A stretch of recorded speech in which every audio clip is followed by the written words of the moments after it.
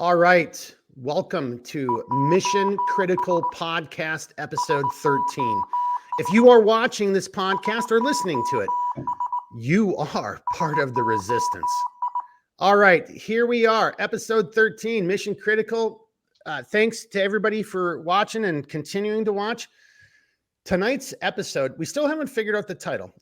Right now, we just called it Lions and Tigers and Bears, oh my. But what we're going to talk about here tonight, we have a very special guest to join us, but we're going to talk about the current state of affairs. And I know that's amorphous and that's a kind of a big picture, but we're going to talk about unfortunately, what all three of us think is very troubling information and does not bode well for the free world. But we're going to use Russia and Ukraine and China. And we're going to talk about these subjects vis-a-vis Russia and Ukraine and China and Taiwan.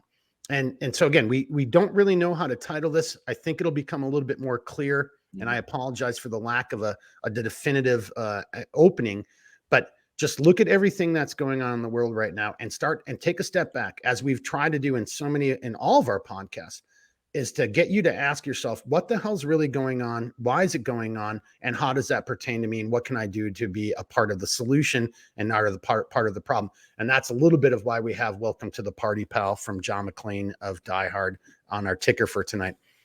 So we're just going to jump into it. So again, it's the war in Ukraine, Russia versus Ukraine, and then it's China vis-a-vis Taiwan. And that's actually going to be really fun to flesh out. And that's thanks to Patrick, our special guest, for being here. So matter of fact, that's my segue for me to shut up.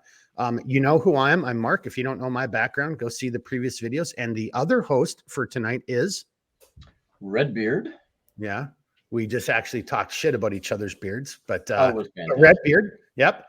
And then a very special guest tonight, Patrick.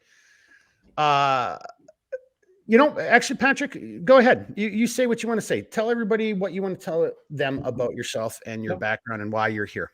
Okay. Yeah. Hey, first of all, thanks for having me. I appreciate it. By way of background, I'm a military member at the tail end of my career. I've been about 28 years in, a mixture of Marine Corps and Army, combat arms, intelligence. Literally just got back from the European theater about 2 weeks ago. In addition to that, I'm also a federal law enforcement officer, work in the intelligence side of that too. And we get to see some of the same threats on both sides. So one of my focuses is try to bring what I can to the general public to let them know that, guess what, you guys have play in this and you've got options that are available to you. But it all starts with awareness. So that's what we're here to talk about today, with some of that. All right. We kind of talked about this before we hit record. And, if somebody's watching this and asking themselves, like, why is Patrick, look, this is going to sound a little hokey, but it's not hokey, right? So Patrick still has some very legitimate concerns. So in the industry, Patrick is in what's called a very light disguise, but he is in a light disguise because of issues of personal safety and personal, and just for his own personal reasons. And we kind of talked about this really briefly before we hit record. Patrick, do you want to add a little bit to that as to why this matters? And so why is Mark? So here, before you answer that, no, you answer that and I'll shut up. You answer that and then I'll add to it if I feel necessary. Go ahead, sir. Well, I think you kind of hit the nail on the head there. I'm not wearing a ton of stuff here. I mean, my appearance is very lightly altered, but I don't want to make it easy for our adversaries, because with the uprise of artificial intelligence and machine learning, that type of stuff, let's make them work for it a little bit, right? So we try to do that as much as we can in an operational environment. Why not do it on here? So. Yep. Yeah, and that's really the only reason. I'm just trying to not make it easy for the adversaries. And that kind of came up in our conversation, and I'm glad you just said, don't make it easy for them. So I've had a really stupid analogy for a long time, and I don't like basketball, but I've always said, if the other team's going to beat me, they have to shoot 3-pointers. I'm not going to lose the game because I let them shoot layups on me all day long. Like, look, if our government thinks Patrick is doing something wrong, well, he's already busted. If another government really wants to apply the resources and their capabilities to try to ascertain who he is, well, make them work for it, right? Just don't come right out and say, here's what I am and here's what I do. And this will become a little bit more, the reason we're bringing this up at the beginning of the podcast will become a little bit more evident. I hate to say it, but a little bit later in the podcast, simply because of the subject matter and where we're going. And on that note, with permission from Redbeard, aka not as cool of a beard, and Patrick, Look, we're going to jump right everybody, into that's just envy. That's he has to talk shit because he can't compete. So. Well, I can't talk any shit, because if I grew mine out, it would be pure white. I look like Santa Claus. So you guys, got me on that. Maybe Santa Claus maybe is beloved by everybody. So This is hang true. on, but maybe your gnome de guerre should be Gandalf instead of Patrick. Ah, I like that. Yeah, matter of fact, I might just start calling you Gandalf for the rest. Let's of the night. revisit that. Look, this is our show. We can change the rules Right? whatever the fuck we want. Yeah, so. yeah, absolutely. All right. So on that note, we are going to do one quick audible, and then we got to get into the heart of it. So, we don't drink a lot during this podcast. We used to do this a lot previously, like, go around the horn and, what's everybody drinking tonight? Yep. Redbeard is a teetotaling, whatever, so we've kind of let that go. And no, that is not a White Claw he's drinking. It's some whatever. Who cares what he's drinking? However, Gandalf, you might want to tell everybody what you're drinking tonight, because I've got a little envy and I can't even drink that stuff. Well, I save this stuff for special occasions because I don't drink all the time myself. But when I'm called upon to, join the Mission Critical podcast, I bring out the Blanton's small batch bourbon, and this is bottle number 50. So I'm right up at the top there. That was a gift from somebody over in Europe, and big shout out to them. Well, if you are watching this and if you're a whiskey drinker, you know how cool that is that he's drinking Blanton's. I don't even like whiskeys, bourbons, scotches, and I know how cool that is that he's drinking Blanton's right now. So, all right, enough of the back patting and all that other kind of stuff. Let's get into the heart of this. So tonight's podcast, we're going to sit and try to present a series of questions, and I don't want to call them problems. Let's just say we're going to try to present a series of questions to everyone watching this, and we're going to use Russia and China as our points of intersection into these larger issues that are plaguing the West. And mind you, this is only going to be one snippet of this. This is a much even larger conversation. On a personal note, I was talking to a customer of mine today. And this is a person who's ordered from me on multiple occasions. I really enjoy talking to him. I'm trying to get him on the podcast. We'll see if he's going to ever do it. And that's not an affront. I don't mean it. You don't want to.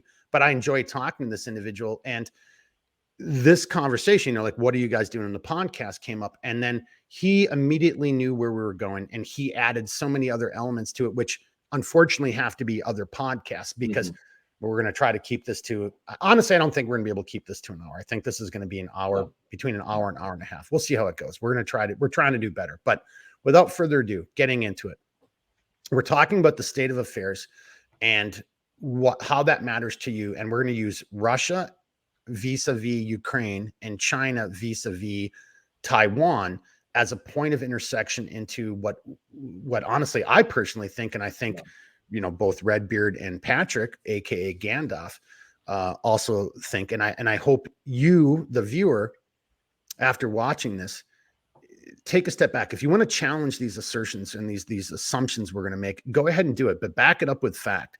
And I'm going to do this out of context a little bit, but again, using popular movies and media. There's a line from a movie from the Expanse. And I've mentioned this before, where the former head of the UN is talking to the new head of the UN, which is now a global organization. And she says, there's an issue here, and there's two sides of this, and only one of us can be right. She goes, I really hope it's you, but I think it's me. And that's what we're trying to do here in tonight's podcast.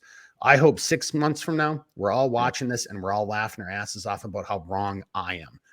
I can't speak for the other two gentlemen right here, but I hope I'm freaking wrong. Unfortunately, I don't think I am. I think it's the other side that's wrong. So what does that mean? So let's just start off with Russia and Ukraine.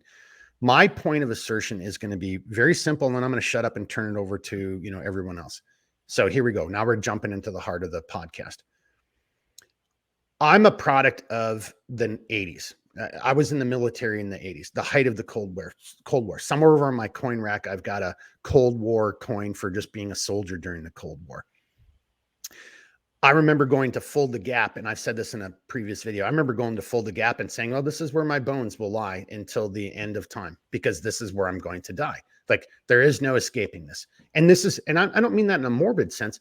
I just mean from what we were trained, what we were taught, and how we thought the Soviet Union, still the Soviet Union at the time, how they fought.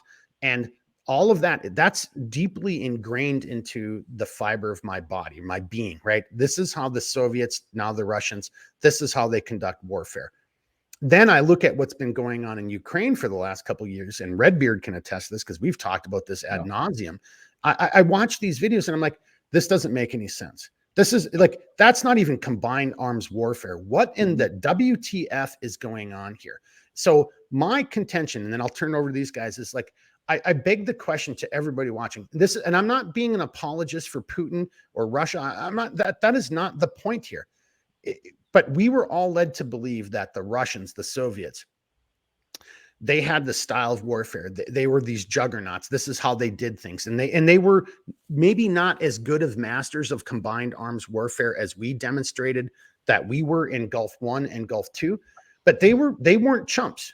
Yeah. But I look at these videos of what's going on in Ukraine, and I'm like, what the F is going on? A tank all by itself with no air support, no infantry support. I'm like, or vehicles driving by themselves and getting, I'm like, none of this is making any sense to me. And so it's on that note. And a matter of fact, I'm just going to turn over Redbeard because you already know where I'm going with this. Yeah. I've already been talking for too much, and then we'll come over to Gandalf. But like, something's not right in Dodge, and Redbeard knows where I kind of want to go, but he's going to add a little bit of his own flavor. So Redbeard, what's going on? Is this real or is this Memorex? What are we watching right now? What are we seeing? That's the first question. So is this how the Russians really do fight, or is there something else going on?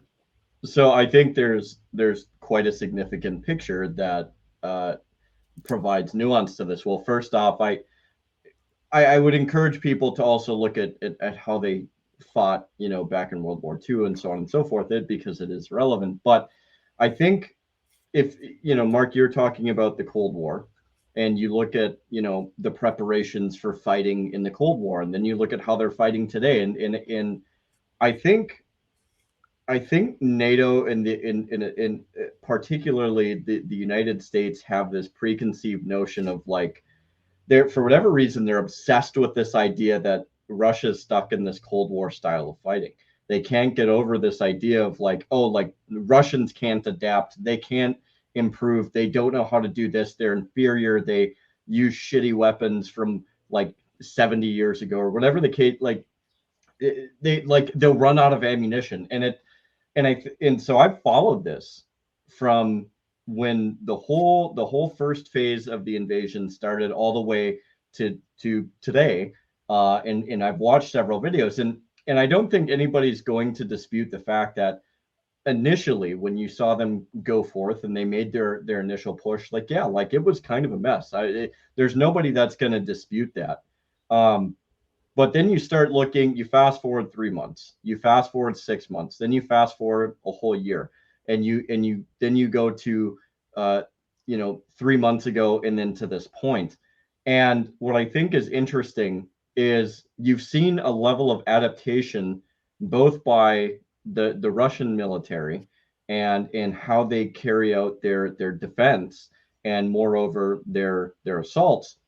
But you've also seen stuff being used that people within the United States, bureaucrats or whoever, and those within NATO are saying like, oh, they're not smart enough to have these weapons, or they're not smart enough to do this. Like there was just a gentleman that said, like Russia has, they have no capacity to bomb or use helicopters or whatever. It's like, okay, well, why then is it that within the last several weeks they've been doing just that? Like, in the end of the day, I think what they realized is, okay, this is going to take a little bit more than they initially thought. but I think they've adapted the way that they're fighting to really grind down the Ukrainians as opposed to trying to go ahead. Oh no, Yeah, finish your thought. But yeah. that's a great point. I So want to segue over yeah, to Gandalf. Go, so keep going, sir. yeah, so basically, like they came to an idea or to a realization to where they're like, okay, look, timeout. We have to adapt. This is not what we thought it was going to be, which is fine, right? I don't think anybody would dispute like, hey, we need to change our tactics and strategy to meet a force, right? Like anybody with any reason or rationale is going to do that. And now what we've seen is it is technically in line with the goal that Putin's going for, where if he wants to demilitarize Ukraine, what better way of doing that than dragging this out, creating a defensive line, slowly pushing forward? And where did we see this before? We saw this in World War II. So in the end of the day, like Kursk.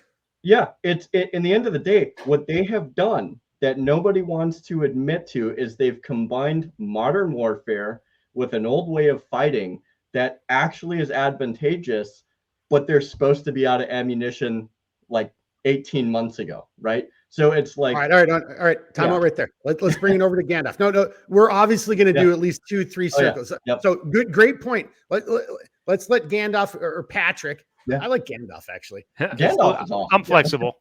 Okay. Yeah. So okay, now you chime in. You see what we're already kind of going. Yeah. What are your thoughts on that so far?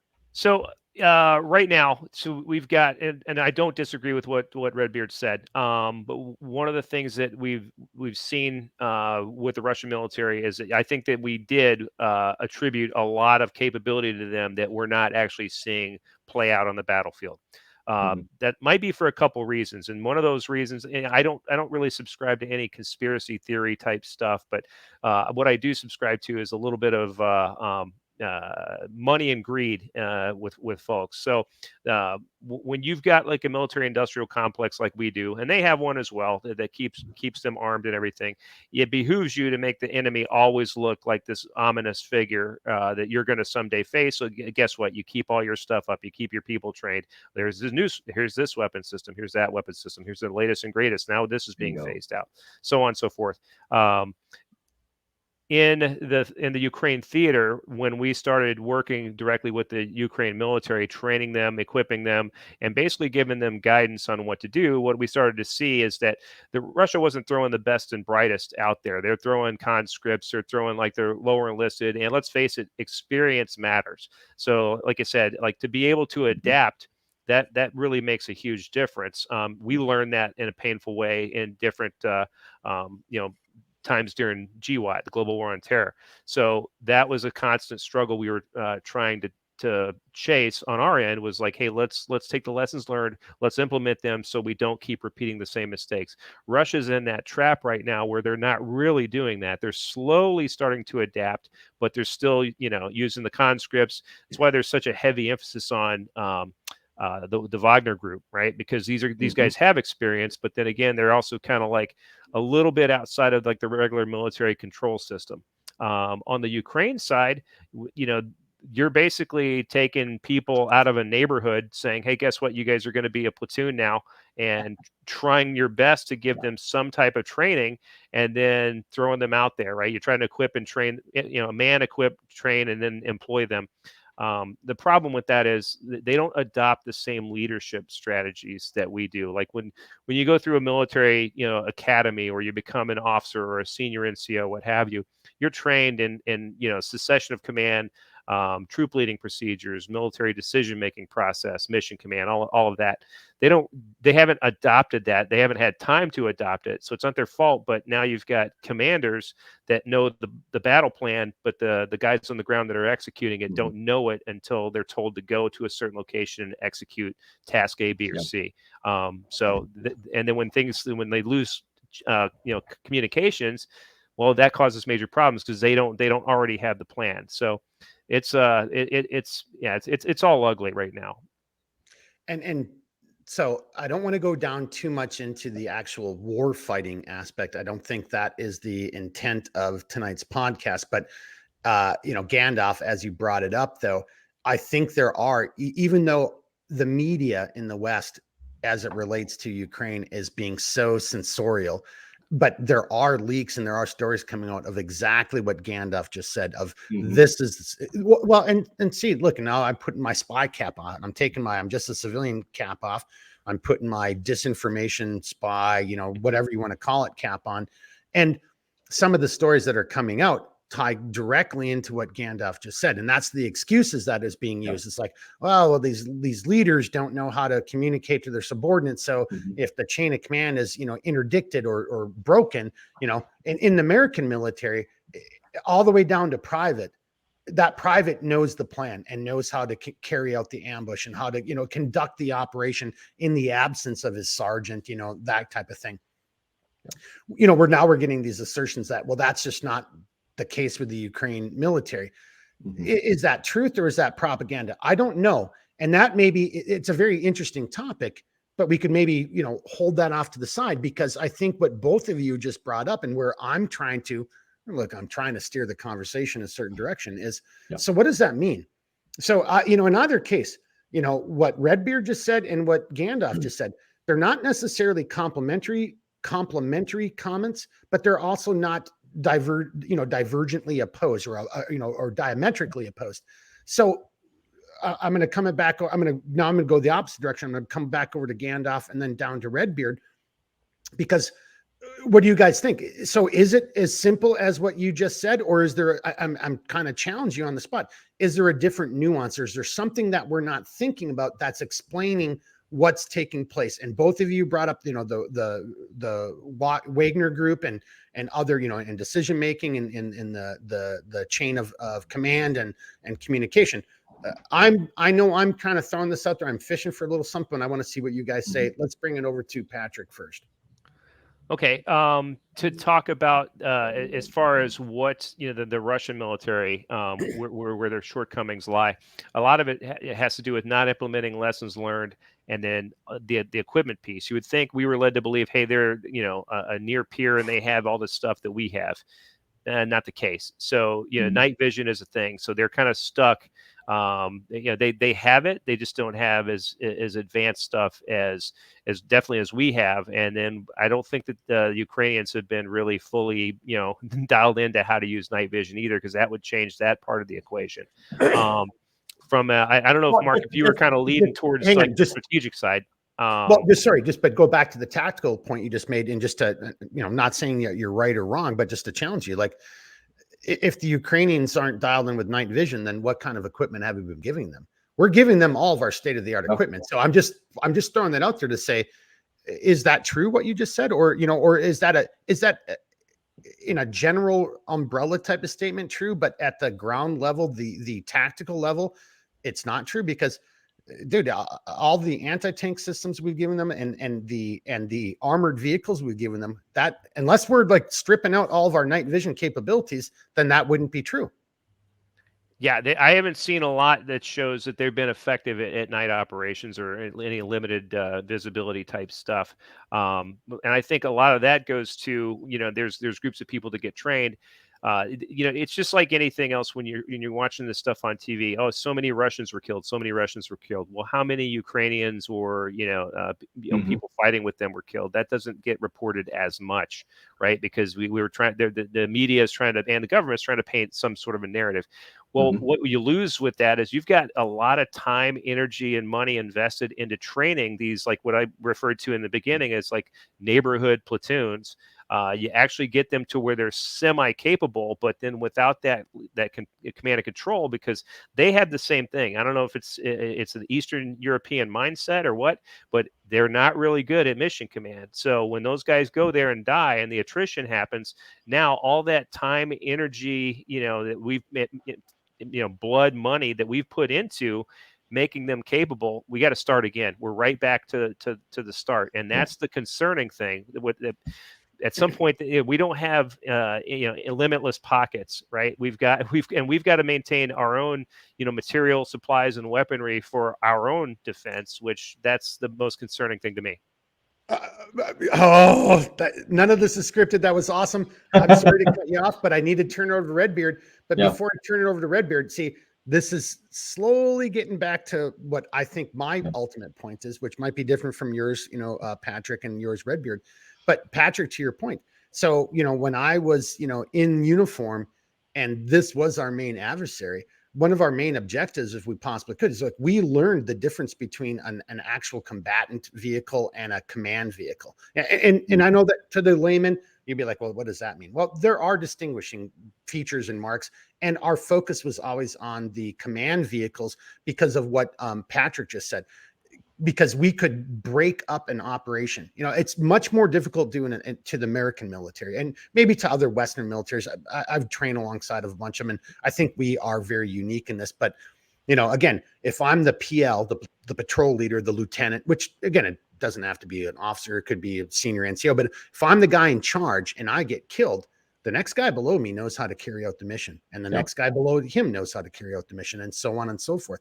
So to Patrick's point, which I think is very valid, and Redbeard, as I turn it over to you as a segue, maybe that is one of the things that we're seeing. Because again, I've got my own opinion on this, but in all fairness, maybe to Patrick's credit, maybe that's what we're really seeing. But it still doesn't take away from, did we overrate these guys? Yeah. And that'll come up later. But now, Redbeard, back over to you.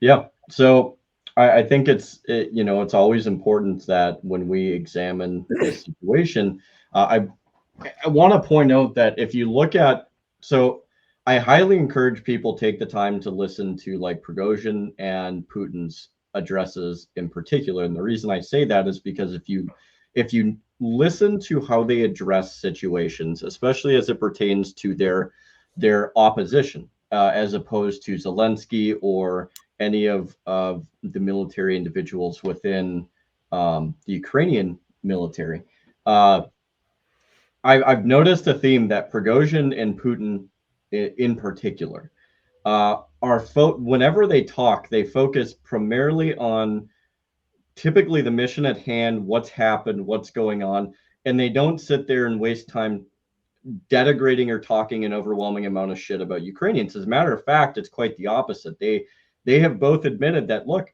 the Ukrainians they do have very good fighters. They are very capable. They recognize that these fighters are capable, which is an extremely important point, because in order to understand a situation, develop an adaptation to a situation, you have to recognize the capabilities of the people you're fighting.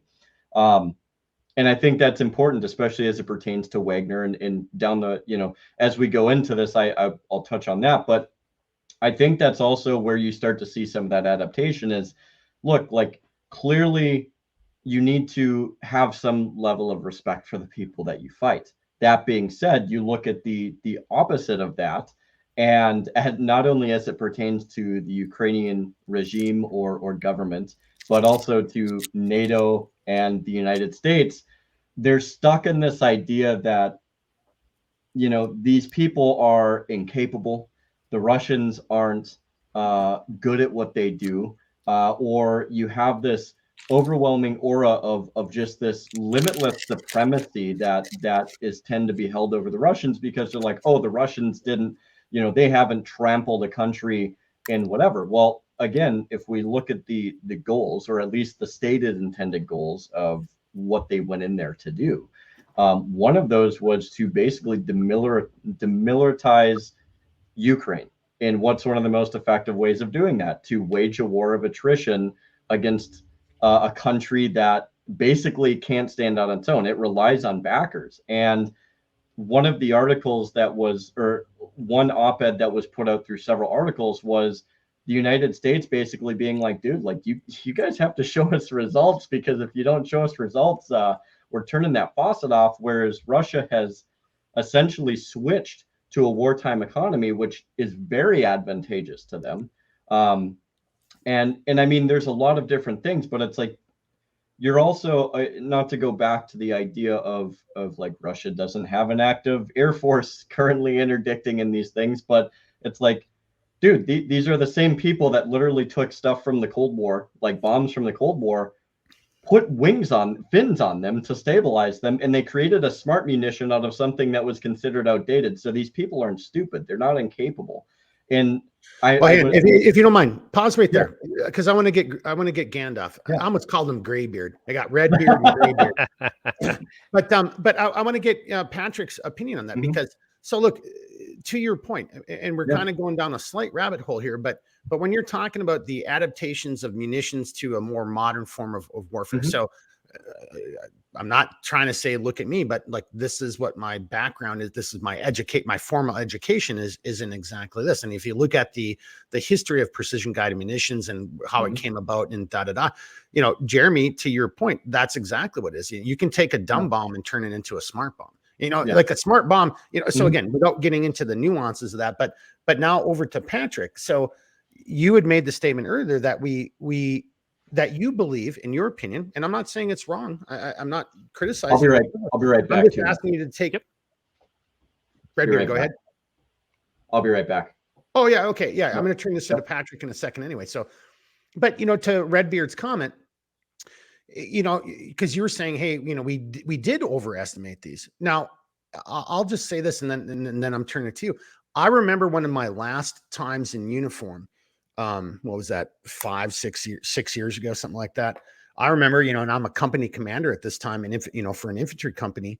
And I remember, you know, like this whole thing of like, oh, we'll kick the Russians' ass. And I just remember, like in my brain, and maybe I'm wrong. I'm like, oh my God, I'm around some of the most naive people ever thought, like guys who like apparently have never been in a fist fight before, because I just don't see that. So take my comment and then add into what, you know, Redbeard just said about, you know, hey, you know, all of his things about where he's going with that, you know, of how the Russians fight and what they're doing. Because, so do you see what I'm saying? I'm Yep. kind of challenging the Western view, and you unfortunately are the, you know, the rod, you know, the lightning rod for this. But I want to give you a chance to respond to that. What do you think? Because this is ultimately, and for everybody watching, I'm trying to take this in a certain direction for a very specific reason. And both of these guys are already saying a lot of what I'm thinking.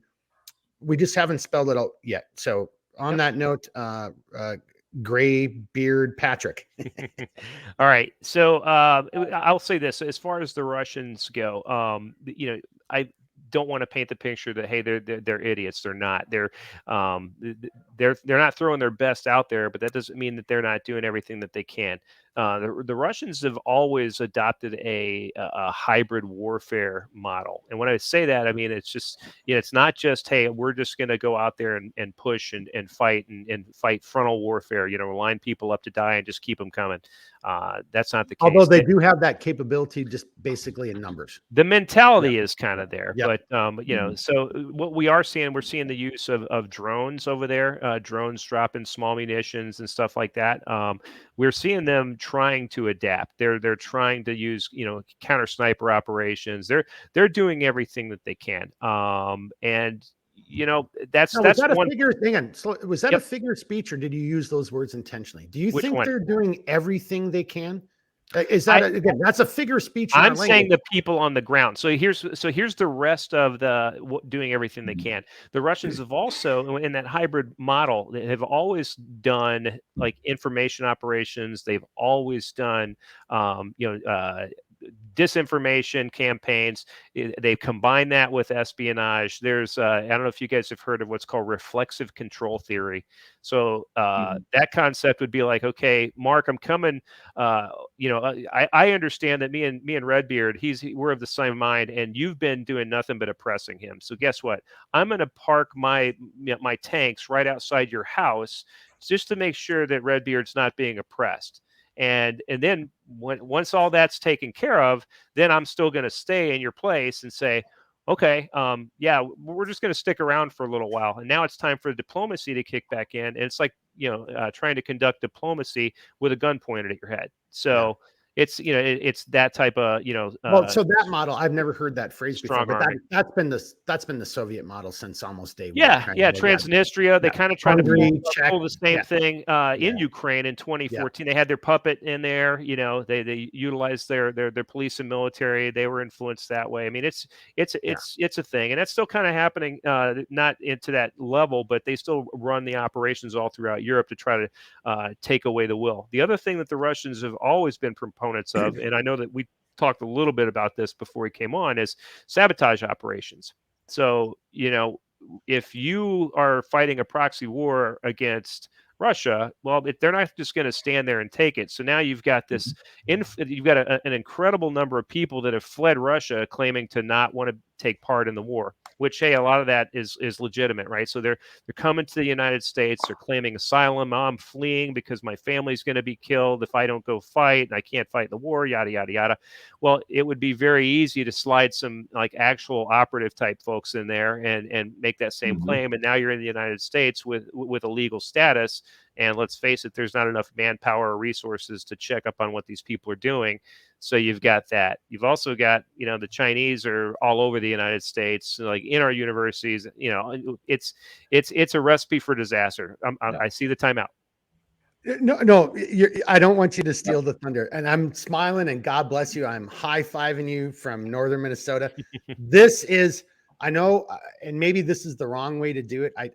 But this is where I knew the conversation would get to right where you took us. And to me, this is the ultimate question that we should all be asking ourselves. And I apologize to the viewers. Maybe that was a bad teaching method right there, but like you heard that conversation, that was a long drawn out, and we're not idiots. I mean, we might be knuckleheads, but we're not idiots. And two out of three of us have beards, and but whatever, putting that aside, but it gets to finally to the point Patrick which raised. And that is where I last week had this weird moment, and I do this dots on the wall thing, and suddenly the dots became clear. And this goes into subterfuge. It doesn't necessarily have to be clandestine or covert operations, spycraft, whatever, but it's subterfuge. And so on that note, I'm going to bring it over to Redbeard, because I know Redbeard knows what I'm talking about. And then we're going to kind of wrap up this issue, Russia vis-a-vis Ukraine, and then we'll bring it back over to China. That's the only reason I stopped you right there, Patrick, because that is the next section. But it'll all make sense. Unfortunately, you're supposed to do the bottom line up front. I didn't think that was appropriate here. I think there needed to be a conversation in the background to get the brain juices flowing, but it ultimately, in my opinion, it comes down to what your closing statement was right there, which is this is an old hat for the Russians, right? Yeah. This is something they are very good at. So maybe we're wrong. Maybe they aren't very good at combined arms operations. And I'll address that after Redbeard talks. But at the end of the day, something they're not bad at. Something they are very good at is what Patrick just said. Gandalf just said. So Redbeard, I know you're chomping at the bit to add into that. Yeah. So and I hate to harp on this, but I know that Mark and Patrick are, they've commented on this already, and to some degree of agreement, or at least concurring agreement or whatever. But we kind of agree, kind of disagree. Yeah, it's but the point is that I think we can all kind of come around to the idea that like there is like this presumptive politics or this presumptive strategy as it pertains to Russia. And I hate to keep going back to Russia and not so much Ukraine, but let's be honest, right? Like anybody who hasn't seen the propaganda campaign that's been let's be honest, they're buck-toothing the Japs, except this time it's the Russians, right? Like, oh, they're the orcs, they're the ogres, they have shovel, they beat you with shovel, we shoot them, they die. It's like it hands down, like that's, if you want to lose, then by all means, like you're more than welcome to lose, but we're not facing inept people again. Like it's I feel like yes, there are obviously caveats in the Russian strategy, but I think we also have people within our government, and I can only speak for the United States, but we have people within our government that are stuck in that Cold War mentality to where there's no, like, you could show them data points, metrics, everything in the world about the fact that, look, this is not the same group of people. And they don't care because they're ultimately what they are is they're comfortable in this idea that they're inferior. They have the superiority complex. They have this, they have that. Well, if you can't recognize the fact that things change and how do you adapt? Like for us as a country, look, I hate to harp on this, but GWAT was a really good example of us being in a place for 20 years and being like, oh, we're superior. We have all of this. We have all of that, which, yes, we like having our weapons is fantastic, right? Like we have some of the greatest stuff in the world as it pertains to technology. It's still 20 years for what though? Like I'm not saying that in a bad sense, but it's like you have to be willing to at least like be real about something and not just put it off to the side. Well, and then just by that real quickly, we may have like, some of the most advanced precision guided munitions and advanced weapon systems and most highly trained soldiers in the world. But that tool might not be the proper tool for the task at hand. And when you're fighting an insurgency, if you're doing counterinsurgency operations, again, the bear went over the mountain. It's a book I read before I ever went overseas the first time. And then you look at Tunisia and all these things. So like, great, that's awesome. But that doesn't win you this type of war.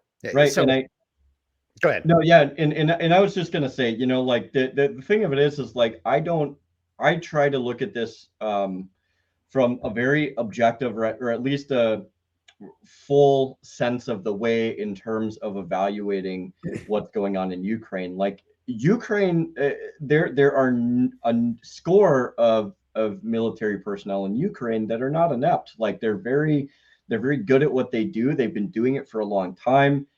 They do have seasoned people, but at the same time, like if we can't be real about what's going on in the ground, and quite frankly, in a situation that's a matter of Eastern European problems and not American problems, then how is that going to translate to every new thing, especially as it pertains to China, if we're going to look at them with the bucktooth Japanese, propaganda poster, right? So, all right. So on that note, can I chime in on that real quick?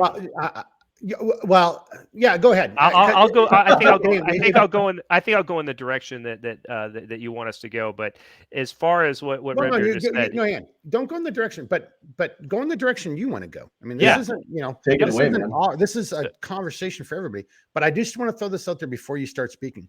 So is what you're about to say going to tie into a closing statement about Russia vis-a-vis Ukraine? Because I want to move us into China, but I think we've said enough, and I want to bring one final comment and get closing arguments from you two. So as long as you don't take us down another hour, I'm not going down a rabbit hole. No. All right. Go ahead. Actually, I think this goes right in line with it. So as far as what Redbeard just said, I think the number one attribute that we lack severely as military, as hell, law enforcement, right?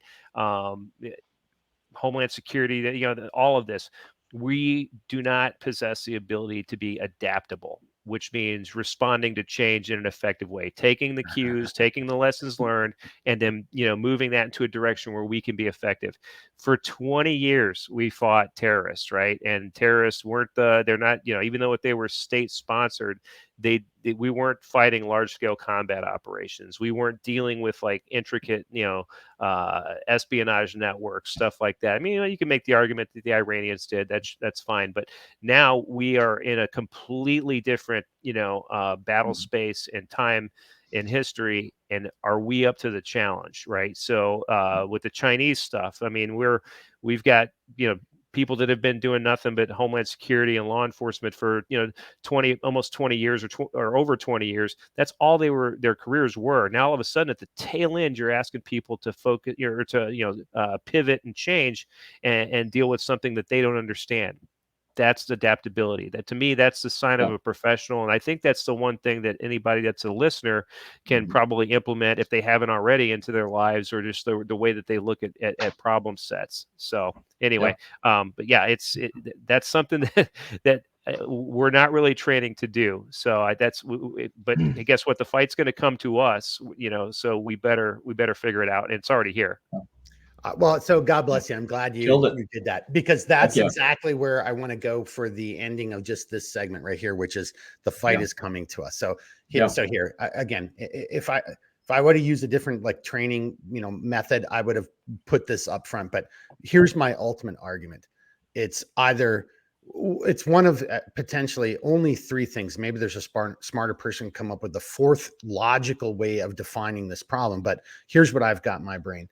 Either we were sold a bad bill of rights. We overestimated the Russians, the Soviets for the longest period of time. And that's got to come from someplace. That has to be, that's misfeasance or malfeasance. It's not like, oh, we got this all wrong. It's like, oh, we just didn't know any better. No, we knew better. The Russians were out doing things and we were observing. And our analysts and our operatives, and I wasn't doing that back at the time. I was just like, at that point, again, when I looked at Fulda Gap, I was in E4 saying, this is where I'm going to be dead. My bones will be for the rest of my life, based on everything that was being taught to me and I was being instructed on. And I don't mean from a political perspective. I mean, from a combat perspective, I was being trained a certain way to fight a certain way against a certain type of adversary. So that was either bullshit, or we got something. Well, I guess that's the same thing. We got it totally wrong.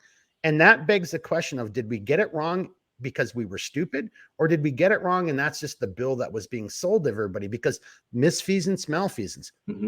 We keep pumping up the Soviets, aka the Russians, and that's putting a lot of money in people's pocketbooks. And then take what I just said and bring it into what's going on in the last 3 years of our lives. And that's a legitimate question to ask. Hey, that this doesn't make any sense. Or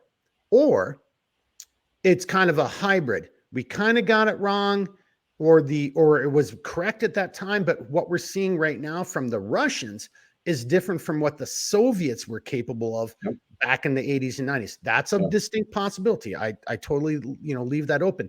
Or the final thing is that no, the Russians are as good as we thought, or, again, not at our level. And Redbeard, or correction, Patrick, you had a great way of saying this, and that's modern military speak that I'm not privy to. I'm not familiar with it, but of how you would describe them, of who they are today, how we view them. They're not quite at our level, but they're, again, you could say, they're a second generation, type of military or something like that. But you had a great way of saying it. And that's the other possibility, which is that these guys are as good as what we thought they were, even though they're just a little bit, they're below us, but they've got numbers, right? So they don't have to be at our level because there's, shit ton more of them.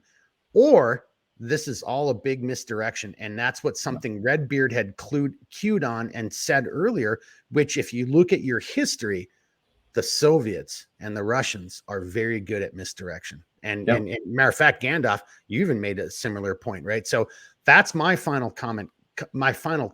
Or maybe that's my main supposition or thesis, or hypothesis here is like, I'm very worried that we are looking at this problem the wrong way, because they're either they're horribly inept. And I can't believe the videos I'm seeing. I'm like, that's not even combined even combined arms operations. That's like, baby town frolic shenanigans. Like that's not how any modern military conducts operations, based on the limited videos I watch. And I don't go to my way to watch it. It's either that, or look at your enemy and look at their history and look at what they've done. And to Redbeard's point, that's when I kind of got excited and I said, Kursk, they know how to suck people in. They are very good at subterfuge. They're very good at deception. Yeah. So that's my kind of comment. And it's really kind of a warning. It's like, hey, either our government is defrauding its taxpayers to line the pockets of the defense, the military industrial complex, or we're being sucked into something that we don't know what's going on, because every Western or every NATO country is depleting its resources into Ukraine. I'm not saying that the Russians are going to invade Western Europe tomorrow. I'm not saying that at all, but it does give me pause. Something's not right here. And then that's my final point on this. I'll let you guys respond, and then we transition over to China vis-a-vis Taiwan. Let's start this one off with Redbeard, and then we'll let Graybeard, Patrick, take us over to China, because I know you've got a lot to add about China. So, so Patrick, you'll be the one when it comes to you finishing off on the Russia vis-a-vis Ukraine, but then use that as your segue into China. Okay. All right, Redbeard, it's Yeah. you, right? So, no, I think you raise a lot of really good points, Mark. I mean, the reality of it is it's it's kind of a hard call, right? Because I mean, yeah, like they could be a flaming pile of dog shit for all we know, and they're putting up a really good front, and we could be, like you said, getting defrauded of millions upon billions of taxpayer dollars, and and so that's a very likely thing. You mentioned like that hybrid, to where they're not quite there yet, but they're in the process of it, but yet they still kind of have some, they still have some kinks to work out, right? Which like you said, I think is actually pretty plausible. I think that where in that process they're at, I wouldn't be able to tell you. Or, they, like you also brought up, like, yeah, like they're capable. They are, maybe not in the way that we perceive being capable is, but at the same time, like them being capable on their level too might be, could match our capability to some degree, because our perceptions as nations and as a people are going to be different as well. So, Well, just real quick interjection on that point. Don't forget, every nation conducts warfare and diplomacy and food and music and entertainment. Everybody does it differently. Yeah, and exactly. history will prove who did it better.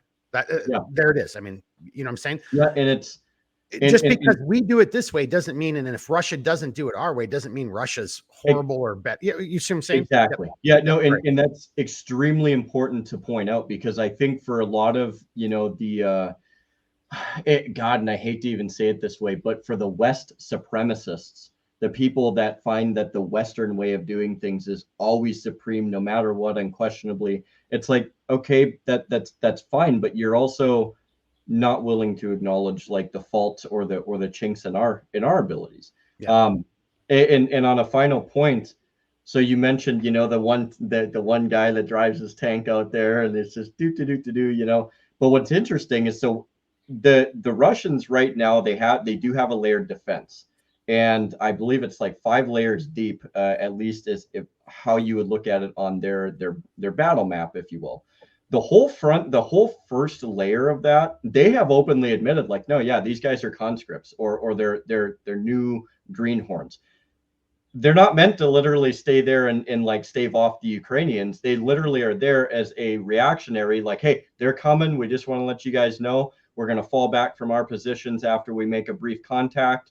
And that, I think that's also kind of where from like 8 months ago to now, like I would say it's ingenious to send that one dude out there dawdling along, like acting like he doesn't know what the hell he's doing.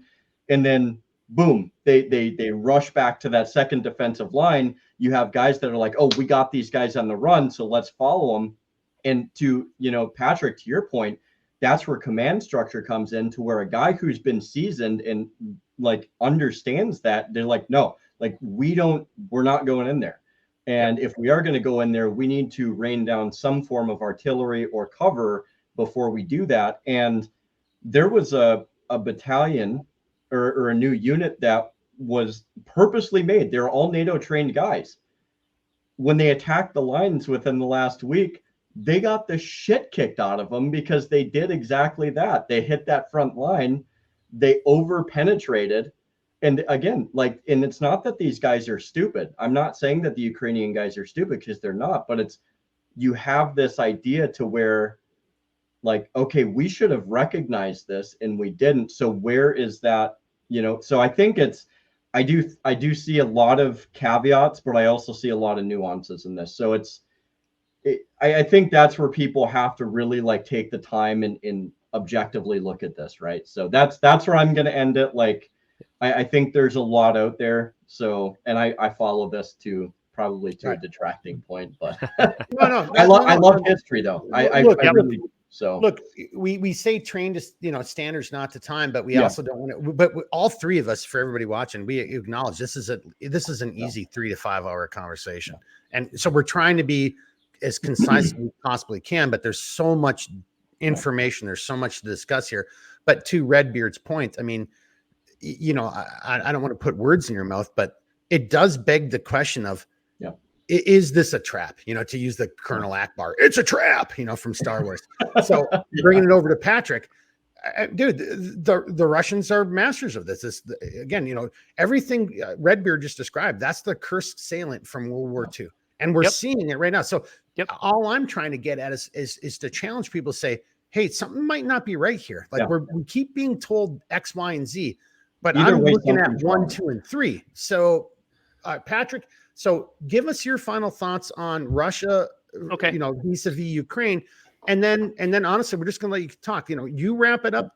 I might interrupt if you've got a great point and I want to add to it, but otherwise use that and then take this into using the same level of conversation. Again, the goal is to say, are we actually seeing what we're supposed to see? Or is this a rope-a-dope and something else is going on? Because we might be walking into, it's a trap. I mean, Western forces are being depleted of all their stockpiles. And, you know, and now the Soviets are, see, I keep saying the Soviets, I am a Cold War. The Russians are now getting their hands on some of our major main battle tanks, our most modern, you know, technology. That seems kind of, I'm a little like, I don't know if I like this idea. See where I'm going with that? And then turn that into China, if you would, Patrick. No, absolutely. So I'll just kind of jump off of one of the things that Redbeard said with the guy that was running out there, and then he runs back, and then it leads people into what we would call a baited ambush, right?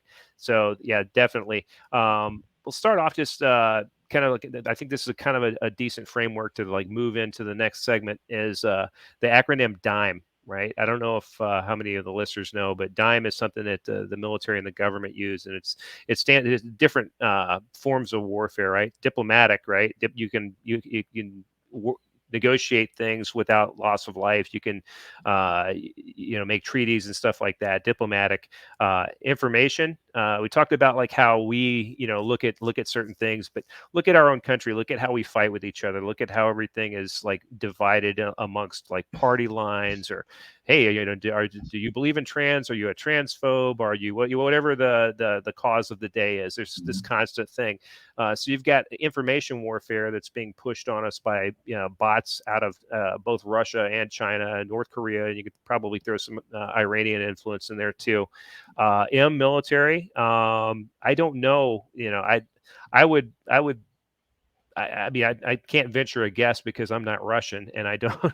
I've never spent time around that community. But to throw a bunch of conscripts out there, knowing that they're going to be annihilated, and holding something, your so-called real forces in reserve, that seems a little rough, because even Putin's going to be facing, or he is already facing, like backlash from the population.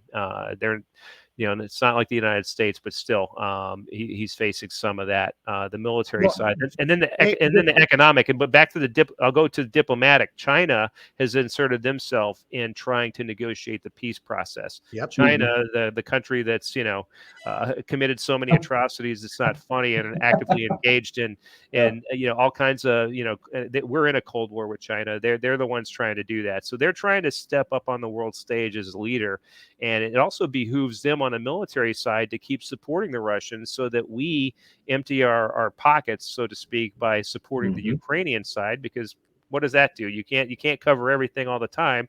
That makes it a lot easier for them to walk into Taiwan. And lo and behold, what have we seen recently?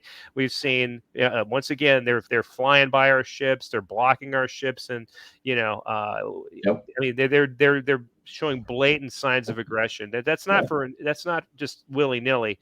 This is testing the water, so no pun intended, but that's what they're doing. And this is all tied together. I think China's behind the thing in Ukraine a lot, and I think they want us to expend our capital and our material and resources to that. And I think the Russians would love, or both Russia and China would love for us to find some reason to get our military involved in Ukraine. Oh yeah, that makes it even worse. They can play that on the information side. Look, oh my God, look what they're doing. Well, so I love where that's going, but I do want to come back to one thing on DIME. So when you talk about the military, so again, and to Redbeard's point, and to anybody who's a student of history, and I'm not saying that Patrick isn't.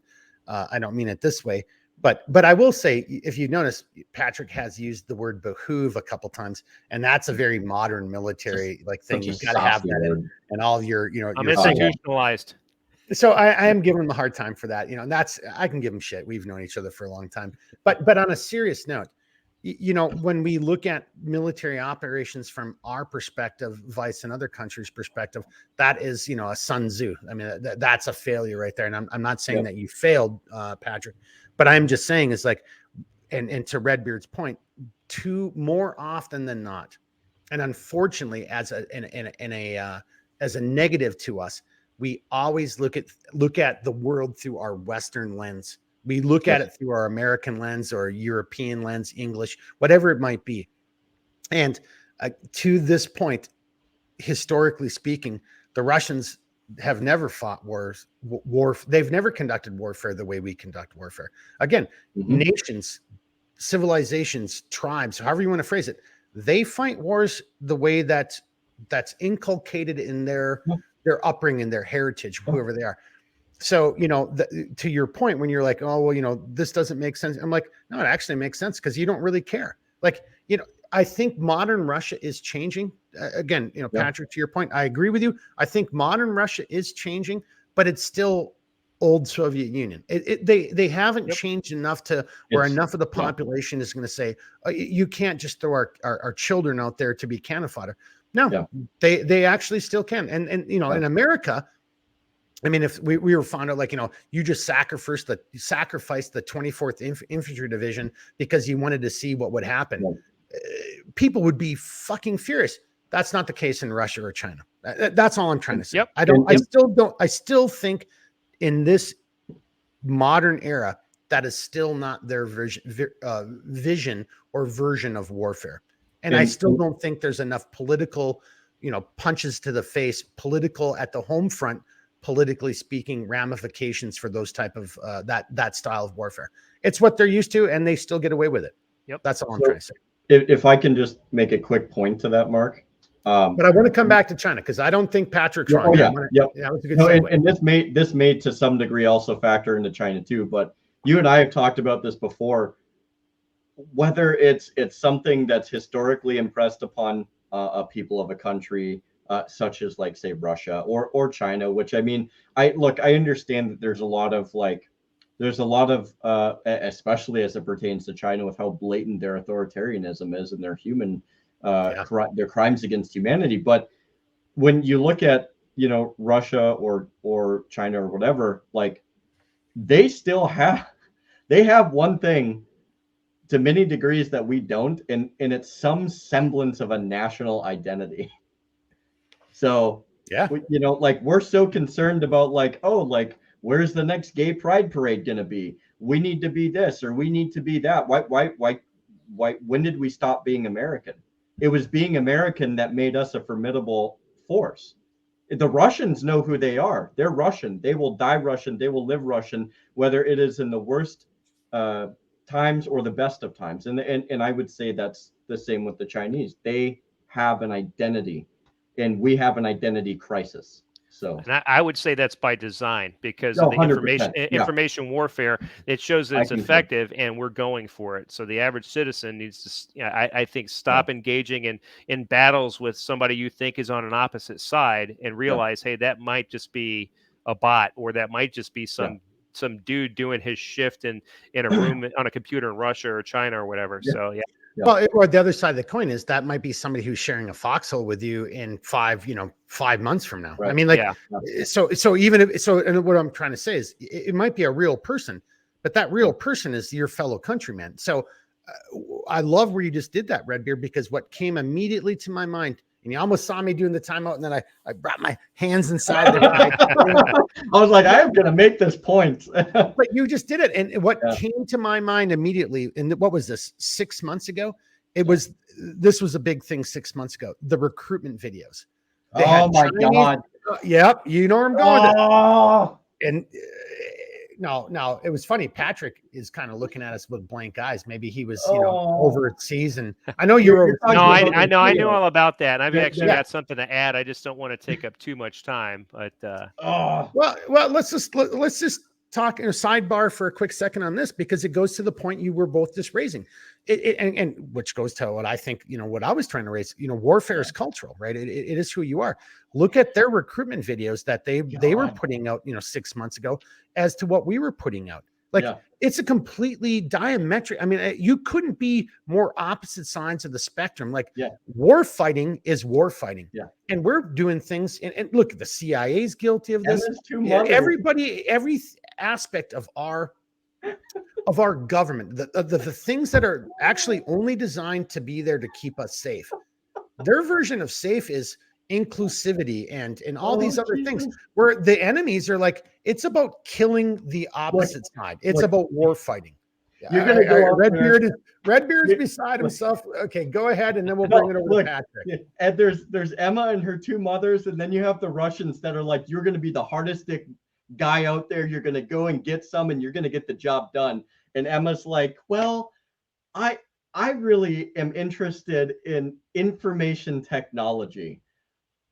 And come on, guys, like, what's going on here? Like, what war are we winning? A cultural? I mean, yes, it is a cultural battle, but look, like, I don't know about you guys, but the Russian ad at least made me want to go get some and go PT at 0500 in the morning and be everything you can be, as opposed to, oh, and by the way, the Army did bring back be all you can be, by the way. Yeah. Well, they did. Yeah. They failed that, though. Hey, but on your point, and then I'm going to turn this over to Patrick. Oh, I just see him taking a sip of that really good freaking whiskey there. But to your point, though, Redbeard, we were more concerned about doing a video, a recruitment video that was actually further dividing our country, our society. Whereas these other countries are doing videos that are designed to unite the citizenry. Like, so that is a huge distinction. And I know Patrick gets us, because that is information warfare. That is PSYOPs. This is 100%. It is the conditioning we're doing. And now we're kind of getting a little bit sidebarred here, but our version of propaganda is the propaganda that divides our country. Yeah. Their version of propaganda, and there was a great video out, like I think a week ago, where somebody had access somehow and interviewed Chinese people, a Western media outlet, and dude, all these Chinese people were talking about how much they hate America, and America's the root of all evil, and all this stuff. Like, they are getting for war. They're getting ready for war. And on that note, let's bring it in, because we're at a little over. Jeremy, I almost said a minute. We're a little over an hour. Let's bring it over to Patrick, because I think Patrick has some very unique perspectives when it comes to our Chinese. And again, this isn't we're not talking about the Chinese people. I mean, unless you're a full-fledged, communist. I mean, then I guess I am talking about you. But the Chinese government, the Chinese, the CCP, or the PLA. Anyway, Patrick, you know where I'm going with this. Yep. Why don't you take that into? But I thought that was a great point, because you guys both started talking about this, and that is where we are. Our recruitment videos are designed to divide us. Their recruitment videos are designed to unite them in opposition to us. That should scare the living shit out of people. And I know that sounds stupid, but it really should. All right, Patrick. Yeah. Well, first of all, I mean, that you kind of wonder, oh, geez, why are recruiting numbers down? When you see stuff like that, I mean, there you go. As far as China goes, and I know that we're over an hour here, and maybe this is, kind of like will lead to maybe another podcast at some time, but China is fully engaged in a non-shooting war with us to this point, right? So let's take a look at what they're doing. I'll just, I don't know if how much you guys have talked about this, or if you've talked about it before, but in 2017, the Chinese Communist Party passed, and Xi Jinping passed a law that said every single Chinese national traveling abroad for the purposes of academia, for commercial business, for basically any endeavor that they would become aware of knowledge that could be sent back to to China for the advancement of the PLA, they were bound by law to do that. It was called the 2017 Military Civil Fusion Law. So everyone is bound by this law. So we on the the federal law enforcement side started becoming aware of what's been deemed the non-traditional collector. Well, that just means everybody. So you're not seeing people that are, doing traditional espionage. You're seeing people that are just going for it because they were told by their government that they have to.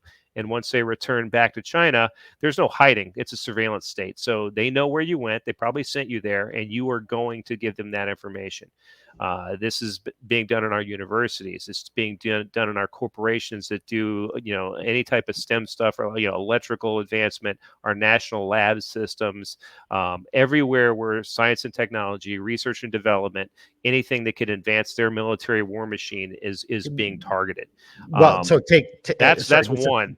Just to add it in there, but don't forget the diplomatic. So when you go to the diplomatic side, right? Exactly. Sorry. Yeah. So sticking with dime, diplomatic, endeavors. They've also gone around the world and made partnerships with any country that has natural resources that could be useful to them. One of their stated goals is, it was 2025, and that's coming up real quick. I don't know if they've expanded or pushed that timeline or not. Probably not, but they want to be the world's leading producer of electric vehicles because everybody sees that as the way of the future. So they want to be it. They want to surpass Tesla. They want to come in cheaper, on the prices. Well, if you break that down, what does it take to make a vehicle? You need all these components, right?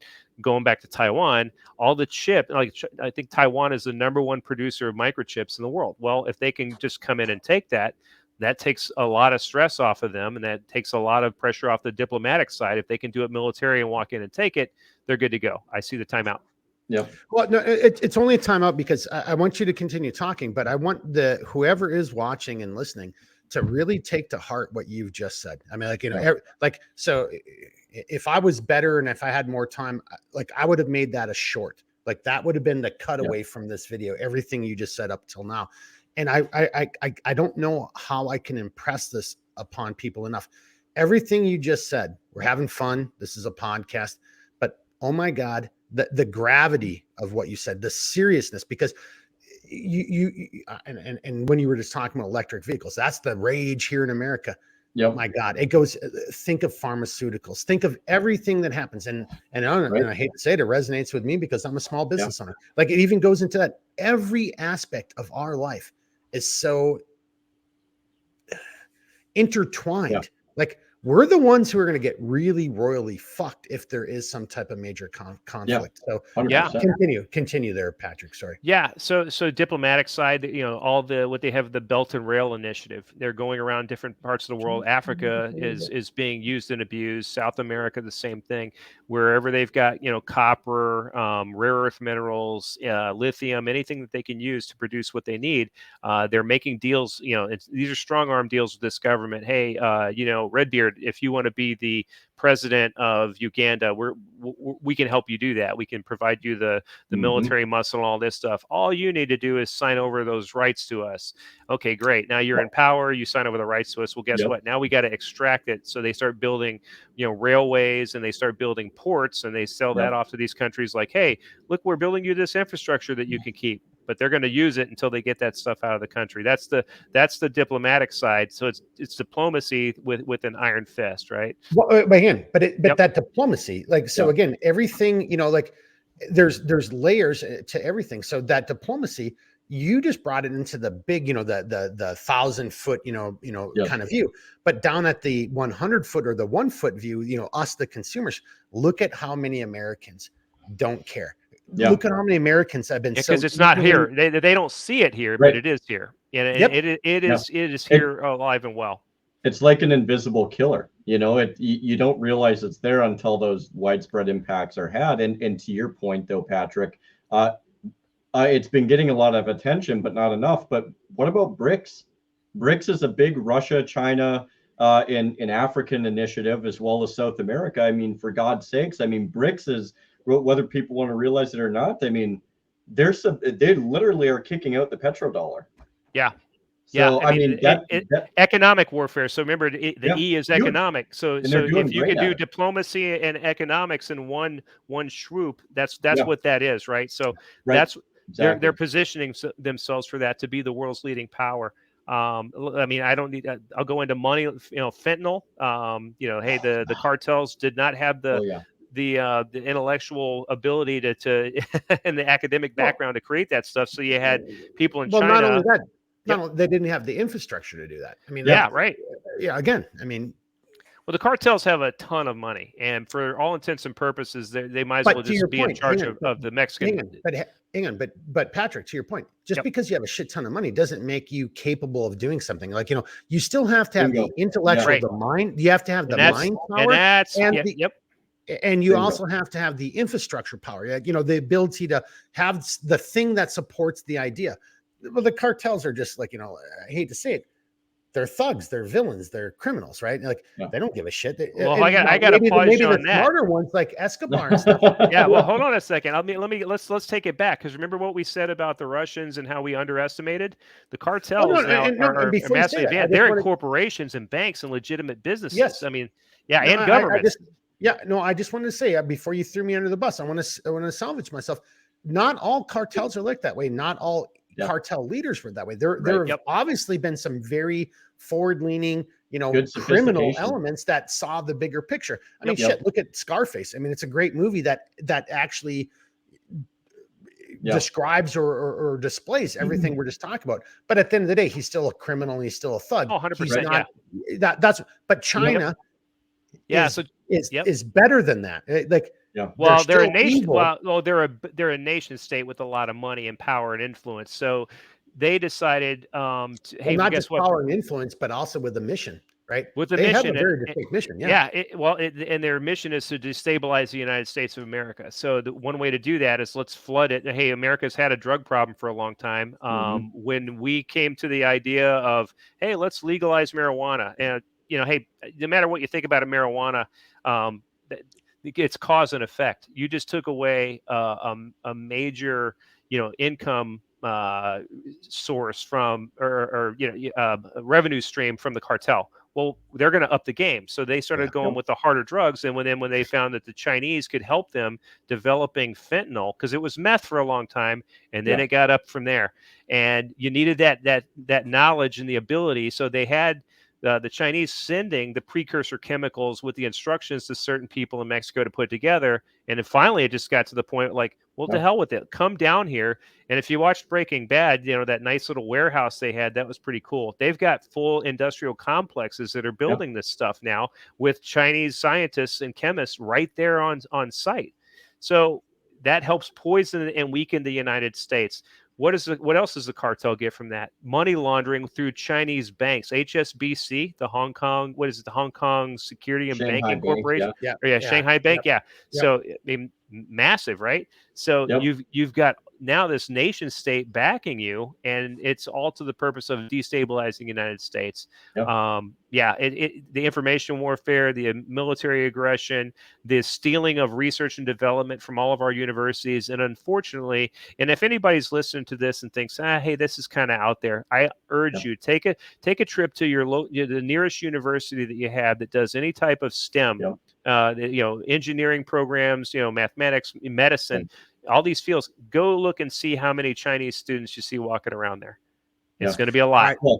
Okay, so on that note, I'm gonna call an audible, and it's not really an audible, but we all know we're gonna go in this direction. So it's like, let's do a little bit of a shift. We're at an hour and 15 minutes. Look, train to standards, not to time. If this takes us 2 hours, then so be it. But I think you honestly, Patrick, aka Gandalf, you've laid out a pretty solid argument for people to wake the fuck up and start paying attention, and how real a threat China is. And then if people remember what you said about DIME and using that from for an acronym of how you would fight war in a modern sense, right? Warfare. Everybody wants to, back to, Redbeard's point in conversation. It's like, dude, this isn't just like, 2 cavalry units or tank units. It's like, dude, war has evolved to a state of a certain level that has never been seen in the history of humanity before. It is that nuanced. And to use Sun Tzu, if I don't ever have to fight you and do hand to hand or throw a grenade or shoot at you, but I'll still win. That's still warfare. It's just a smarter way of warfare, right? So that's for my argument, that's where we are right now. And where I want to kind of twist this into something that I feel I can talk a little bit about, which is, my background and my training. And I look at all the things that are going on. So I'm laying this on top. So we're making a really nice layered dessert because Americans were fat and lazy and we want dessert. So I'm trying to make a nice dessert here. And my kind of final comment, and I want you guys to chime in, is from my background. And no, I never did this. That I can say I'm not giving up any secrets or any of that kind of stuff. No one's gonna, I'm not gonna get arrested for this. But if you think so, my agency background, ground branch, think the Yedbergs, OSS. This is what we were trained to do, and I was in essence trained to do, but we just didn't do it because we got into the forever wars, and then and through mission creep, the agency thought it was a military unit and all. Whatever. I think that should be a separate podcast. But to this point, I look at everything that's been going around in America for the last, and I'm not going to get into American politics because I think that's also part of it as well. But let's just put that aside. But I look at like all the train derailments, all the factories that are being burnt.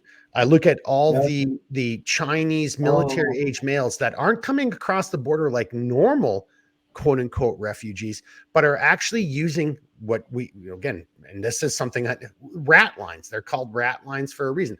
These are more clandestine, or maybe covert ways, clandestine, just for the viewer. So a covert operation is something that your opponent doesn't know about at that time, but the moment you do it, it becomes, and they know you just did this.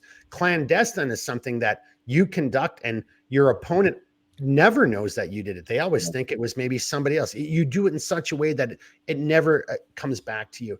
But so whether it's covert or clandestine, we have military age Chinese males coming across covert/clandestine rat lines. There's been some people who've done some great exposés on this, and it gets totally ignored. We've got all this infrastructure that's being attacked. And now, Patrick, I know you'll know exactly what I'm talking about. Maybe this is a way to segue over to you. But so this is called Carver. And anybody who's watching this, if you were prior service military, special operations, you probably have heard the term Carver before. I'm not giving up any trade secrets. This is open source information. But it is an acronym that helps you identify what you would want to do to weaken a nation state, an enemy, and how you would go about. And then, I'm going into recruiting, and that goes into DIME that Patrick has brought up, especially on the diplomatic side of it, right? Because part of that is the whole, getting American diplomats to do the work that you want to do diplomatically for you through bribery or blackmail or whatever the case is. That's another form of warfare. And I think that's what's taking place right now. And again, that's my clarion call to, we all need to wake the F up because something very serious is happening. I'll shut up right now. Who wants to respond to that first? I see Redbeard nodding, but I see Patrick really looking at me kind of inquisitively. So maybe I want to give it over to you first. What do you want to go, Patrick? Let's give it to Patrick. Yeah. No, I think that what you said is spot on, and it's something that we watch this. Regular Americans watch this and say, okay, what's this got to do with me? Everything, it all has to do with you. Being mindful and watchful. If you're in a rural community, if you're in the middle of Iowa or Illinois, or Alaska, Minnesota, wherever, or Alaska, where a group of quote unquote tourists try to enter a military base. Oh, we were just lost. That kind of shit, dude. Probing. That happens all the time. Thank you. Yeah. That's called probing, boys and girls. And that's happening probably every fucking day in America at other types of installations, not just military installations. They got busted because it was a military installation. The level of security was higher. It made the news. What about factories? What about factories? Well, I brought up the rural thing because of this, Jeremy, right? No one else can see this, but Jeremy just freaked out and started rubbing his hands together. Really, like he's beside himself right now. I got to bring it to a different view. He's literally about to shit himself. Let me answer your question real quick. The reason I brought up rural America is this, right? Number one, there's not as much scrutiny out in the middle of like the farm fields. Those farm fields feed America. So how easy is it to introduce like a species that's going to start destroying crops? Um, these are things that are in our universities. If you study crop health, which there's a lot of agricultural, programs in our universities, you also know what makes them sick and what can kill them. And Yep. that's something to keep Mhm. in mind. And As hang on, as, and a, as don't the Ashore beetle, I don't know if you guys remember that, but the Ashore beetle that kicked in probably in like the early to mid 2000s killed like millions of trees. So like Yeah. even where I live in the Midwest as well. All these forests started like really thinning out because the Ashore beetle. Well, that was introduced from Yep. China. So these are forms of biological warfare, and that's something that Yeah. anybody can keep an eye on. We've got this thing with Department of Homeland Security: see something, say something. What does Oh yeah. that mean? And who are you going to say something to? But when you Yeah. see that, I beg people, be inquisitive and follow through. It's one thing to tell your family or your coworkers, hey, I saw this weird dude flitting around a farm field yesterday. It looked way out of place. That needs to be that needs to be reported to the authorities, and you need to get as much information. If the Chinese are going to have their citizens be collectors, we should be actual collectors that push this stuff to the people that can do something about it. And But so hang on. But yep, look at what you just said, because look at the way our society is being shaped and molded. Because that's the if you challenge. actually do what you just said, you're a racist or you're a sexist or you're transphobic like we're being conditioned to make most of us just shut the fuck up and Well, not I would say they're grooming. trying. They're trying. So well, no, but look, I in my just day-to-day grind, I've talked to a bunch, again, the people I talk to on it, Yeah. and most people don't want to. Most people are afraid of actually speaking the truth, the way they really Yeah. feel. so So, and actually, yeah. there's been, I think in the last 2 years, I can think of 3 incidents. Well, you're going to go all the way down to Lieutenant Colonel Nassan. Like everybody knew he had, you see, I just saw you nodding there, Yep. Patrick. You know what I'm talking about. Yep. The military knew he was radicalized, and no one did a damn thing about Yep. it because people were afraid to speak up. Because so that goes into the whole conditioning, and that's a part of warfare right now.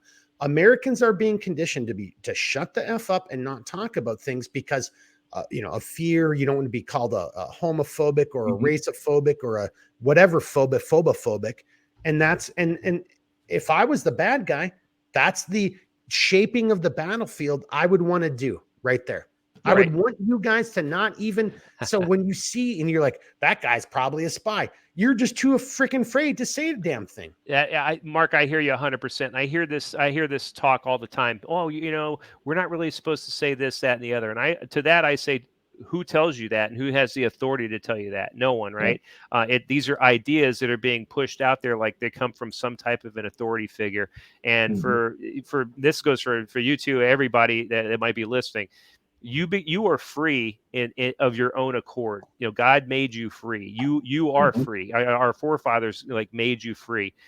But if you don't accept that, and you're not free in your own head, and give into or acquiesce to somebody else's idea of what right and wrong is, are you Yeah. really free? You decide that for yourself. We've got to have people that question things. We've got to people that call things out. Consequences be damned, because that's exactly what our enemies want. They want us 100%. they want us to shut up. They want us to just go along with it. They want to be controlled. If you can just have your adversary hand over whatever you want without firing a shot, and then lay down when you walk into their house, well, that's the ultimate victory. Yeah. I don't want to be Well, part of that. and seriously, God bless you, Gandalf.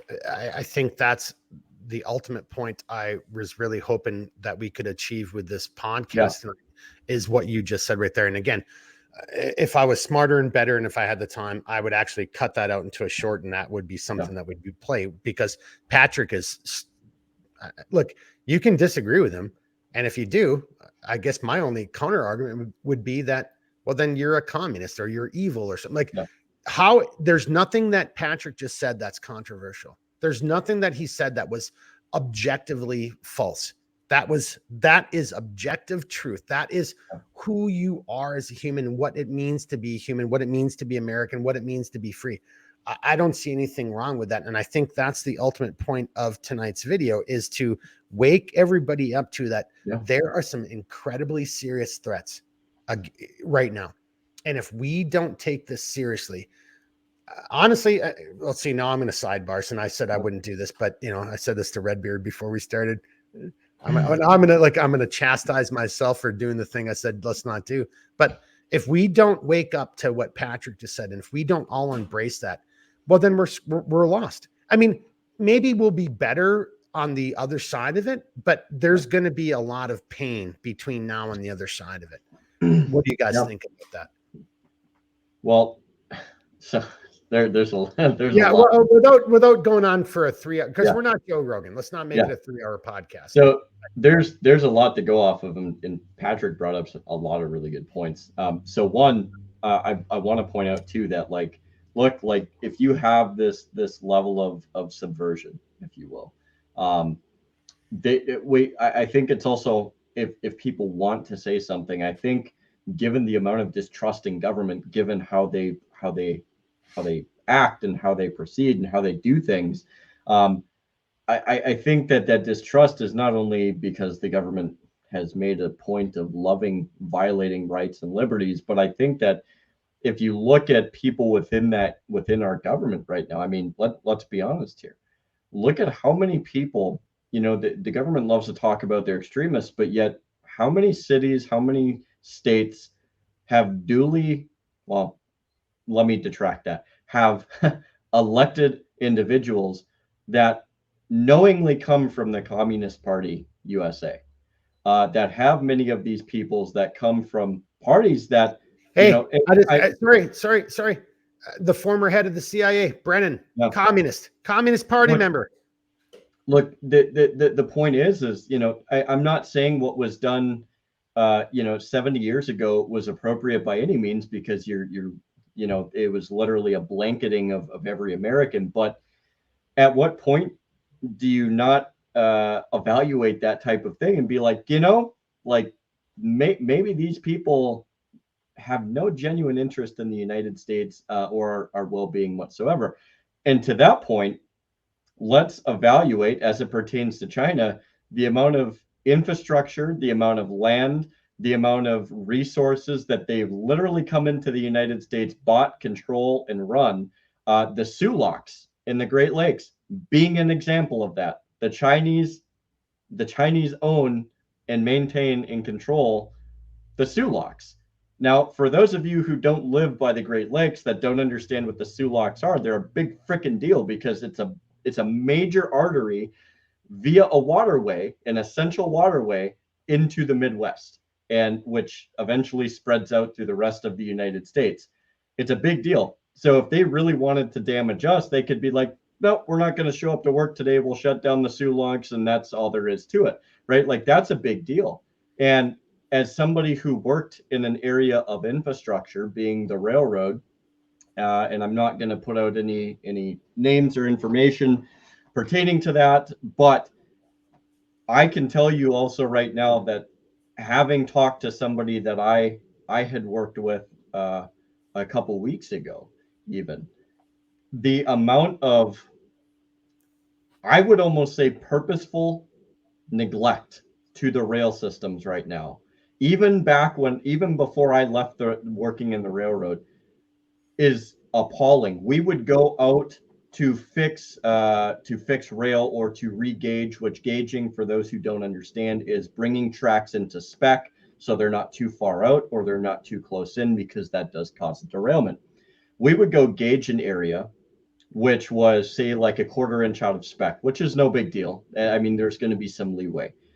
But then you would go, say, 500 yards down the track, and there is an area of gauge that is literally 1 inch out of spec, but it wasn't in the work order, so you can't touch that area of track because you're not permitted to do that. Okay, well, all of us are I don't know how many times we would be on the tracks with our authorities and everything. We're like, dude, like, what the fuck? What are we doing?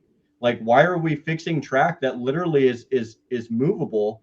But then you, even on a crew truck or on a truck, a rail truck, you could drive down there and you're like, dude, this truck's gonna dump off into the ravine. We're gonna die in a fiery crash, right? Like that. Or you would look at brakes in a track, and you're like, dude, this is less than optimal. And sometimes if you put it in the memo, you're like, hey, this needs attention. So, yeah, sometimes they'd be like, yeah, like we probably shouldn't ignore that one. But out of that, how many different areas they're like, no, we'll ride the lightning on this. It's fine. It's like, dude, you do realize like I hate to even bring this up, but much like Russia, our railways are critical infrastructure. They right? are Like, 100%. we need, dude, Yep. and if we're neglecting the tracks, especially in Minnesota, in the Midwest, where you get steel and other absolute necessary resources,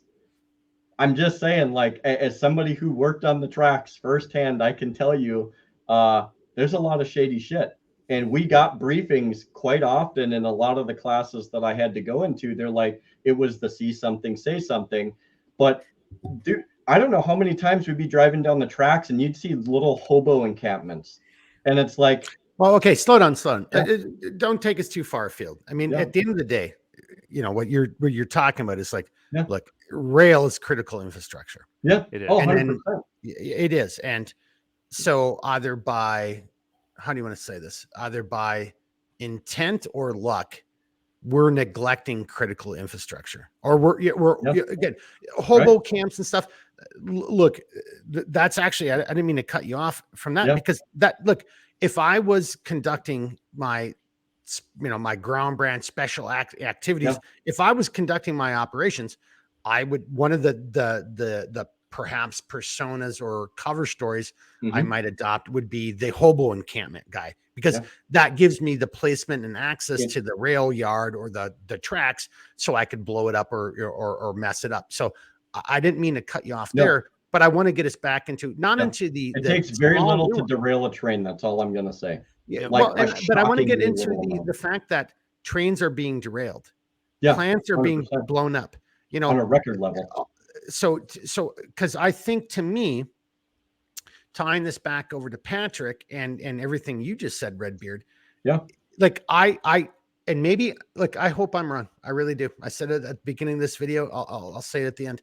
I hope I'm wrong, but I'm looking at this, and I'm not looking at it from the lens of who I used to be. I'm looking at it from the lens of who I am now.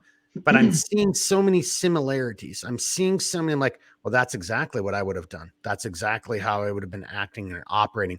And I hate to say this, and that's why we're talking about Russia vis-a-vis Ukraine and China vis-a-vis Taiwan. Yeah. But if I don't see the Russians doing this, although the Russians have a better chance of doing it because, European in nature, probably more interactions with the West, but Asians, Chinese, Asian, so there's already a physical difference. But I think the Chinese are a little bit more adept at this. I think the Chinese now, going back into Patrick's point, using dime, and I'm going to introduce Carver here real quickly, and I'll let Patrick talk about Carver. But all I keep seeing is this is exactly what I would be doing, whether I was the leader of a country or if I was the operator on the ground level. So again, not to try to shut you off there, Patrick, but correction, Redbeard, but but we don't need to go into the nuances of exactly like, well, how would you do this? And I don't think that's beneficial, because we shouldn't be giving out, like, I will say, the primary point is I think that there is a level of corporate espionage that happens that people don't realize, because there's, outside of that, there's no motivation to let railways go bad. Well, besides greed, it doesn't have to be espionage. Right. Well, so greed is the other side of espionage. Like, I'll use greed or whatever your motivation is to be able to conduct espionage. So right. And that's, and I think that's kind of where I try and tie that in. Is like, look, like you're having the Chinese come in and buy these companies. Like, what people don't realize about the railway system is, unless you've worked in that system, you don't realize they have a separate court. They have a separate system of laws. They have a whole organization to themselves. It's not unbecoming to realistically believe that there are deals being brokered that nobody will ever know about between the railway system and China. And it might be tinfoil hatish, but look, there's so many derailments that happen that never make the news because guess what? All you have to do is grease the hand, and it never happened. So that's the point I'm trying to make, Mark, is that, none of this stuff just happens. There's a way and a mean for this to happen. And I think the larger picture factors into that corporate. I firmly believe there's corporate espionage. Well, Yeah. so taking the corporate espionage, turn this back over to Patrick. Tinfoil hat, I guess. Well, it's not. No. No, it's not tinfoil hat. This is exactly what I would do if I had, near unlimited resources. So taking what you just said, Redbeard, bringing this over to Patrick, and then using DIME, the acronym DIME, but the diplomatic side of it. Well, that diplomatic side doesn't always have to be politicians. It's the corporate side of it, corporate espionage. Dude, economics, right? So like even the Chinese can buy these companies, and there's also a false flag. Maybe it's not a Chinese company that's buying it. It's a subsidiary of a subsidiary of a Chinese company. So on the face of it, it looks like a legitimate sale, but behind the scenes, that's who's calling the shots. And these are things. This isn't conspiracy theory. This happens all the time. We're dealing with that on the federal law enforcement side all over the place. Chinese buying like cranes for ports. Different types of I think there was a story down in San Antonio. I've got a bunch of friends down there. They were building a bunch of like the wind farms that were very near a bunch of special operations and intel facilities. Well, guess what? Those wind farms can be signals intelligence devices that provide their own power, which that's a big limitation to any time you're doing that stuff. So, to your point, Patrick, that's SIGINT and ELINT. Right there, electronics intelligence and signals intelligence. I mean, you could easily mask either one of those platforms in a wind farm. Easily. And to include human, because your guys who are operating the wind farms are also the guys who have to go to the base and talk to you. You see, dude, it's seriously love Texas though. Texas shut it down by the Lone Star Act. They said we're not going to allow any foreign-owned companies to own critical infrastructure, which that's what they were considering it anywhere near like the bases and stuff like that. And I thought, man, that's fantastic. But that's not the same story in the rest of the country. So, so you're that's not conspiracy theory at all. That's just common sense because that's our supply chain. Hey, quick question. So it's not the same story the rest of the country. How is that not a federal thing? Like, how is it not federally, again, like no foreign entity, whatever, subsidiary, like no matter how many cutouts, only an American company can own property near an American, military or, a government installation. Plain and simple. But matter of fact, how can anybody from another country own any part of our country whatsoever? I mean, but that, I'll table that. I don't want to take us down a rabbit hole, but to your point, there's so much to be said about that. Yeah, well, exactly. But so, hey, again, we're training to standards, not to time, but we are at an hour 42. I know, Patrick, in my personal conversations on this note, because we're kind of going to the espionage side. So we started talking about Russia vis-a-vis Ukraine, right? That's where we kind of started this whole podcast. We transitioned over to China vis-a-vis Taiwan. But you notice we haven't talked any of the tactical or the order of battle in that situation. Instead, what we've all been focusing on is espionage, whether it's economic, again, using DIME, this, that, and other. And I kind of want to bring us into the thing that really scares me the most is as I look at all these events that have taken place across America in the last 2 years, I just keep coming back into the OSS, the Jedburghs, the ground branch, and I want to bring this back over to Patrick. And Patrick, do you want to introduce Carver to people? Like in other words, somebody might say, Mark, what the hell are you talking about? Accidents happen. Yeah, they do happen, but not these type of accidents, and not with this type of frequency, and not at these target sets. And maybe we use this as a way to kind of, I don't want to say wrap this up because we're going to have to do a part 2 because I already can feel we could talk for another hour. I mean, we're not even still not even doing I this think justice. I think that's a fantastic idea. I was going to suggest the same thing, that we kind of like maybe create this to lead into another one. But Yep. so one of the things we do in military decision making process, which is also used in different areas of the government, federal law enforcement, the IC, is we look, as we're And for going. the everybody listening, the IC is the intelligence community. I'm sorry, the intelligence community. I want to throw acronyms out there, but we one of the things we do is we do wargaming or red team exercises. We try to put ourselves, and this is a very challenging thing for anybody in a leadership or government position to do. Try from your own perspective to put yourself in the adversary's role and determine, hey, what actions could I take to, how would I attack me if I were on the other side? I've set through like numerous versions of this in different settings. It's painful to watch, but people can't do that. They just go with the obvious thing. Well, if I was the Russians, I would do this. It's like, well, that's okay, great. That's one. What else would you do? And then it slowly starts to peter out from there. The one thing I would encourage people to do, and this is a challenge, it's a mental exercise. Actually, hey, red team, hey, if I was going to destabilize my town, what would it look like?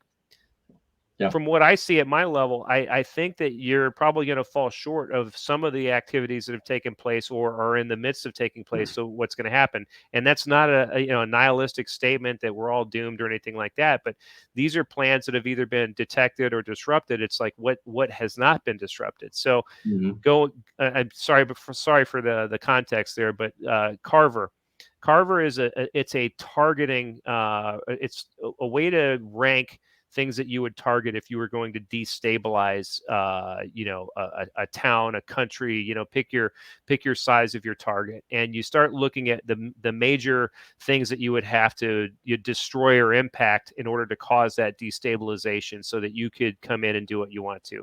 So Carver, and correct me if I'm wrong, Mark, but it's usually scored 1 to 5. So you'll pick like, okay, since Redbeard brought it up, the rail system. Okay, so let's see, if we took out the rail system, let's talk about the elements of Carver. The C would be criticality. How critical is that to the operation of, you guys are up in Minnesota, for the state of Minnesota to operate and maintain daily operations, right? The next one is accessibility. How accessible is it if we want to go like destroy it? Well, it's a rail line, so it's probably pretty accessible. So that score would be pretty high. Once we did it, once we like caused whatever impact we wanted to, how recognizable is that? Is that instantly going to be recognizable? Does that mean that the team that went in to do it, are they going to be compromised because they might have been seen or their cell phones were tracked to that area or what have you? This goes back to what Mark mentioned about covert versus clandestine, right? Maybe they do something where it slowly degrades over time, and they're not even involved in that, right? And if nobody's checking the maintenance of it and it just slowly starts to deteriorate over 2-3 weeks, well, they still accomplished their mission. So that's a recognizability. The other aspect of that, because there's two sides to that coin, which is, do they even recognize the target? Like if it's some crazy new space age piece of technology that looks like a router, a computer router, do you know the difference? There's that aspect of it too, right? How recognizable. I mean, IT systems, maybe the guys that are into that, maybe they could pinpoint that to where where it went wrong in the system. Who knows? So that's recognizability. V is vulnerability. How vulnerable is that target? Meaning, like what level of security or how hard is it going to be to hit that? Well, a rail line, since we're kind of sticking with that example, would be pretty easy. It's pretty vulnerable. Maybe there's some parts of it like around the changing stations and that type of stuff where it might be a little more scrutiny or some cameras, but it's pretty vulnerable. E, okay, once you've done all that, you've caused you've destroyed the target or minimized its effectiveness. What's the effectiveness? That's the E. What's the effect that's going to cause to us if that happened to us? And then the last piece is there's 2 more pieces actually. The R is recuperability. Okay, now that it's been destroyed, how long is it going to take us to get that back online? Because that's that means we're going to be out of the game, or Mhm. our supply chain or delivery of weapon systems or whatever we're using that for is now out of commission for that period of time. And what's the Airfield, fastest we can get it bridge. back on? Yeah, Mhm. absolutely. Yep, Yeah. yep, So when you yep. start adding Yeah. different pieces of critical infrastructure, all these questions change, right? And then Oh, yeah. there's finally the plus. It's usually Carver plus shock. So shock would be, what's the psychological impact to the community that's happening in? So going back to what I said about the farm fields, if you all of a sudden introduce something to a farm field that like all these crops die and these people are counting on it and the stores are counting on it, wow, that's going to cause a massive shock. If you took out the power to a level 1 trauma facility, that's going to be there's going to be a lot of shock to that. If you do that in combination and in different locations simultaneously because it's coordinated, the shock goes up. 9/11, the shock value to that was like Yeah. off the charts, right? So Hell yeah. Yeah. yeah, but anyway, Carver's a good method Well, no, hang that on. anybody But can so look at and say, hey, how would I do this? I like the shock. I've not. So again, for everybody watching or listening, I've been out of this game for a long time now, and I like how that's been added into it because that was not the thing when I was back doing this. We didn't have the shock, but I've taken some things that I knew from my military time or my agency time, and I've added my own little flavor to them. Sometimes I call it the X factor. And shock is the X factor. So you want to look at the overall impact of Operation X on the civilian population or on your adversary, or you've got to take in consideration that there's going to be somebody you're going up against who's got some X factor that you don't know about, which is and so just a little point of personal pride. Patrick and I have known each other for a long time, and we have gone back and forth on on our superpowers. I can eat eggs. I don't get blisters, like all these things about foot marching and all this military type of stuff. So, I mean, that's part of it that so to me, it's always been the X factor. And I guess in this case, I mean, shock is the X factor. So yeah, if I blow up a bridge, but there's 20 bridges Yeah. that lead into the cities, well, then there's really no shock value, right? It's a mild disruption. People, you're mildly inconveniencing people.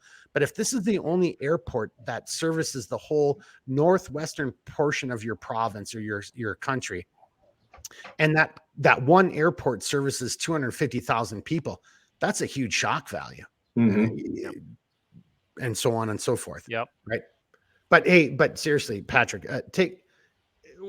please, so people don't hear it from me. Why did we just bring up Carver? Why is this important in this conversation about Russia vis-a-vis Ukraine, China vis-a-vis Taiwan, and everything that's going on in our world today?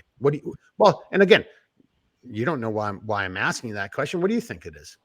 Yeah, well, I'll say that from a federal law enforcement side, and then just as an American, you see all these events occurring, and there apparently maybe there's no rhyme or reason to them, because when they hit the news cycle, people see that, hey, there's Mhm. all of a sudden this bunch of like cattle that died, or a meat processing plant went down, or crops are sick, or just pick whatever it is, and you think, well, maybe that's not it. But going to what we just talked about, our adversaries, here's the other thing. I mean, well, not the other thing, but it's something to keep in mind. Our adversaries are not idiots, and everything that we've got in place, they have very similar methodologies. They may call it something different, they may go about it a different way, but the end result is going to be the same.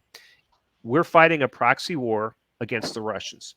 It's Mhm. very easy for them to infiltrate people into the United States under the guise of claiming asylum. And they're all over the place. You've got all the migrant situation going on that can be exploited and is being exploited for a variety of reasons. And I'm not making any political comments. I'm just saying like Mhm. hard cold facts where you've got folks all over the place. You've also got the Well, Chinese time out. that are with us. Like, so now you've got a combination of factors that makes us a very juicy target. And in these places that have vulnerabilities, I'm glad that Redbeard brought up the rail lines. And there's numerous other things. We've Yeah. got to be mindful of this, and we've Yeah. got to come together and not be divided on these political lines. And we've got to have confidence that we can report these things and call them out as they are. I mean, that's real. And look out for, you've got to look out. You got to protect, it starts in your community, right? It Yeah. starts right then and there. So I'm glad you just brought that up because Hell yeah. I don't want to throw you under the bus, but I have a question to ask you. But I'm gonna kind of do a leading statement into that question. I love where you just took it at the end, and because we were talking about this earlier.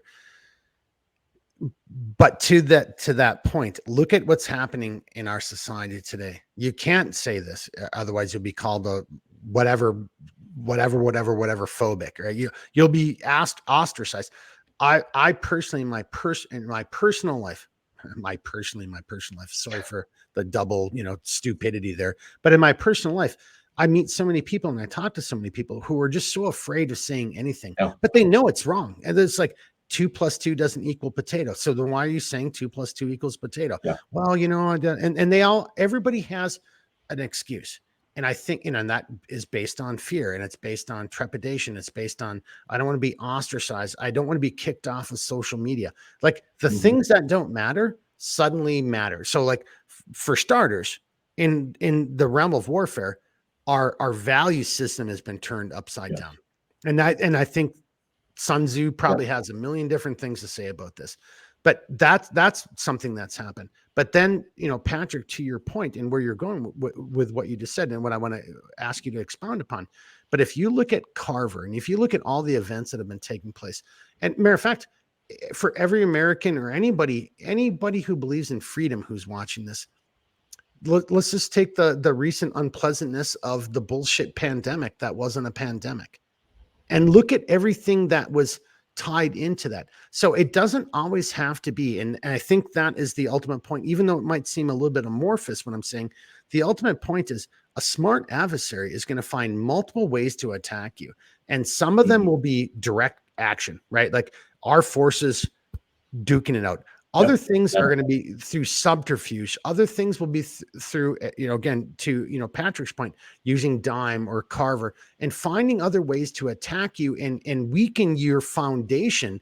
So at the end of the day, if I do invade or if I do some other action someplace else in the globe, you won't do shit because you people are too paralyzed. You're already, and look at our nation. So to my point, and then I'm going to turn over to these guys, but the thing I'm going to beseech everybody who's watching and listening is like, look at our nation right now. Are we the United States of America? I don't think so. I'm not black-pilled. I had a great conversation with Jack from Black Scout Survival earlier today. I don't want to say I'm black-pilled, but I'm on the edge of like, dude, if you're not in my little circle of me and you be like, I think we're about to get seriously punched in the face. I think we can recover from this. And I think we will be better on the other side of it, but there's going to be a shit ton of pain coming our way really soon. And Redbeard can attest to this. I called an audible on this video. What was that, Redbeard? Saturday of last week, Friday. Friday or Saturday, I think is when we decided to shift gears. Because some dots on the wall suddenly got connected. And I was like, holy freaking shit. Like, I think we're being set up. I think there's a huge rope-a-dope going on, whether it's Russia, whether it's China. Or both. Yeah. Or both. Exactly. Yeah. Those guys. Which would be absolutely yeah, pretty bad. Let's be honest. Oh, dude. And then you've got North Korea, Cuba, Iran. I mean, like, there's a litany of people who want to change the metric, that they want to change the way the world operates, and it's not for the better. And I'm not saying that we're great, but our system is a million times better than what you're going to get in Iran, or North Korea or China or Russia. So anyway, on that point, that's my final conclusion right there. I want to turn it over to, matter of fact, let's come over to Graybeard, Patrick, aka Patrick. Let's come over here. You're our guest. Give us your final thoughts and conclusions. You can either take what I just said and add to your own, or you can just take it in your own direction. And then Redbeard will come over to you for if you guys are okay with this, then we'll come over to you for your final thoughts and the outro. But I will say this before you guys talk. I think this is another one of, there's got to be a part 2. I mean, easily. So, but before I turn it over to everybody, I think this is, for me personally, I wanted this video to be the clarion call to anyone who's watching and listening. We are in serious fucking trouble. There is a werewolf right outside your door that's trying to break in. That's how dangerous the world is that we live in right now. And I'm sorry I'm not trying to do that as clickbait or fear porn. I really just do believe that if you look at what's going on, I just don't see how you can walk away and say, Yeah. holy bleepity bleep, there's some serious shit coming our way. All right, let's turn it over to Patrick. Okay. Let's see. Just the kind of final thoughts. I talked to people all over the country. I just, I think I told you guys I got back from Europe a couple weeks ago. By the way, nobody's trying to get into Europe. Strangely enough, they're all trying to get into the United States. So take that for what it's worth, right? Yeah, imagine that. Sounds like a good time to take a trip to Europe now. Yeah. Well, I don't. Hey, I don't. hang on, Patrick. Before you go any deeper, should I move my business to the Czech Republic or something, like Romania or Hungary or something? I didn't go to Prague. A lot of people said to go there. I wasn't able to make it, but maybe Portugal. I don't know. But anyway, I mean, if things go really bad, but I honestly think that we heavily outnumber the people that are willing to bow down to any foreign power or just give up their freedoms because they don't appreciate them and they take them for granted. They've never had to do anything to defend them. I think that I honestly believe that. Maybe I'm just, way too optimistic. I don't know. But I think, but here's going along with that. There's a responsibility, and there always has been, to being an American. If you just sit there and bask in the freedoms that have been provided by our forefathers and maybe your own relatives who have died in battle and fought and done these incredible, made these incredible sacrifices, well, then you're kind of wrong. I look at this now as like, this is our time. You look at the guys from the greatest generation giving their lives, like guys sneaking into the military at age 15, lying to get into the fight. I mean, we don't have that anymore. But this is our time to be free in our own heads. Like I said earlier, if you're not free in your own head, you're not free. If somebody's convinced you to give up your freedoms, well, then you've already lost. So be free in your own head. Don't acquiesce to this outside influence. Question everything. Don't take anything at face value. Use critical thinking skills.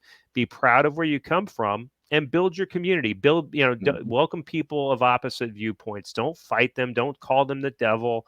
It's okay. Hey, if somebody's hey, a Joe Biden fan, but hey, man, good on you. Like that's great. I don't agree with you, but that's okay, and that's what we're allowed to do. You guys see, I've got a cross in the background, right? Mm-hmm. Our country it was founded on one of the principles of freedom of religion, not freedom from religion. Yep. So I'm not a bad person because I've got a cross in my bedroom. I've got freedom of religion. So whether somebody's a Muslim, it doesn't matter, right? We've got to stand up for that and come together and stop this divisive stuff, because that's what our adversaries want. Well, and I'm sorry to interrupt, and I keep going with your flow, but I just have to bring out a recent event. I think I just saw that article today or yesterday. There's a group of people, a city council in Michigan, and the whole city council is Muslim, and they just rejected some, transgender, pride, whatever. And everybody was beating up on them. And the representative said, like, hey, look, I'm an elected official. I represent my constituents, and my constituents don't agree with this. Like, and there it is right there. So to your point, seriously, Patrick, like, that's a great point. It's like, dude, that is the system that we are a part of right there. Yep. And that is who we should not be afraid of ever saying, like, no, you can do that over in your district, but in our district, we don't agree with that. Like, you represent the people. We, the people, still actually, well, last I checked, we are the people who own this country, this constitution, this country.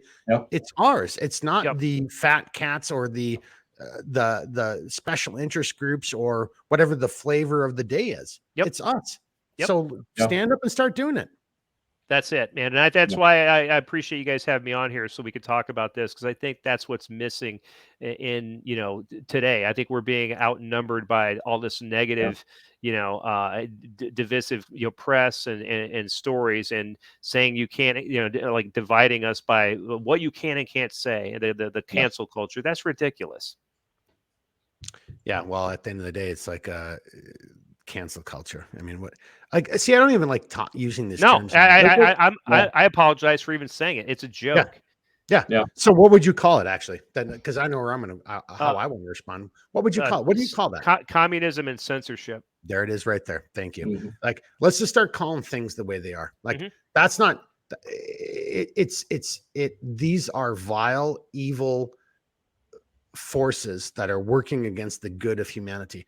I know I don't give a shit if you're gay or lesbian, or if you're Christian or Muslim, or if you're a Democrat or Republican. I don't give a crap about any of that stuff. What I do care about is if you're a communist, anti-freedom, that is where, or if you want to mutilate children, or see, I'm about to say something, and Redbeard's about to explode.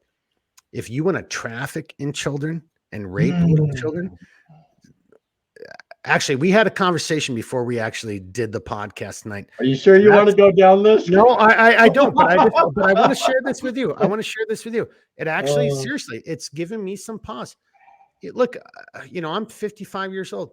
Maybe I can take my background and my skills, and maybe I can apply it in a different area. And so I'm not joking. Since we talked about that prior to the podcast, I've been really thinking about that. I'm It's set in your maybe, head. maybe I should be involved in this. Maybe there's a way that I can use my background and skills to help it. Because if I could save one fucking child's life, isn't that worth it? It's funny you should say that, yeah. Mark, because I know two people. All right. Go I know ahead, two Patrick. people from the Intel community that are involved in those things right now. We'll talk offline about it, but yeah, that's out there. That's a heavily under-resourced, problem in federal law enforcement, and a lot of guys that end up working it make the decision to leave federal law enforcement so they can be more effective in that fight.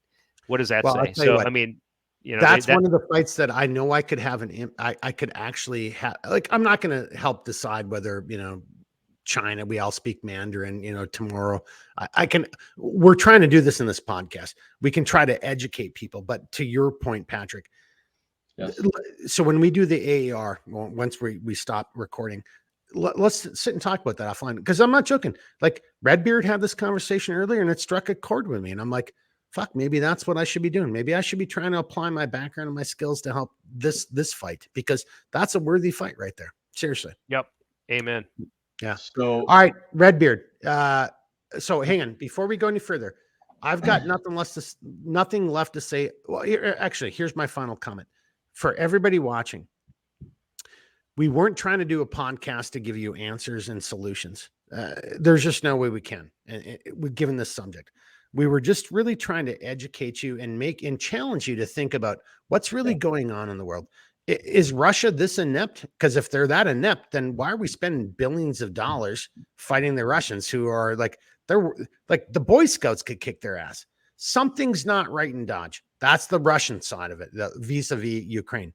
On the Chinese side of it, vis-a-vis Taiwan, what the hell is really going on? And to Patrick's point, and I think he did a great job, and honestly, we should probably do this podcast again, because I know there's a whole hell of a lot more he has to say. Matter of fact, I know about 2 or 3 stories that he didn't share with us tonight that are worthy of people hearing. But we've got a serious issue going on with China. And it goes into, again, he used the acronym, DIME, but it goes into this whole, there's so many aspects, to include Carver. That's where I personally think is what's going on. Selfishly, I'm looking at it from my perspective. This is exactly what I was trained to do. I think that's happening in America right now. I hope I'm wrong, but I'm looking at the dots on the wall. I'm like, well, that's what I was trained to do. That's what I would be doing in a different country, if I was working within a country that was as stupid as us and allowed people just to come across our borders and, et cetera, et cetera. So to me, that's a major point of tonight's, diatribe or podcast. I think Patrick has a whole hell of a lot more to say. We didn't have enough time to let him say those things. So Patrick, if you're willing to do it, totally want you back again to share. Yeah. And by the way, you look like a badass cyborg right now. I was just going to say that. That's some. I should have worked this out earlier, right? Oh, yeah. Dude, you just got to do that, because like one half of your glasses is like blue from the computer screen. You look like something out of Terminator. You're like, make your computer screen red, and you would be like Terminator right now. It's pretty badass. Fantastic. Yeah.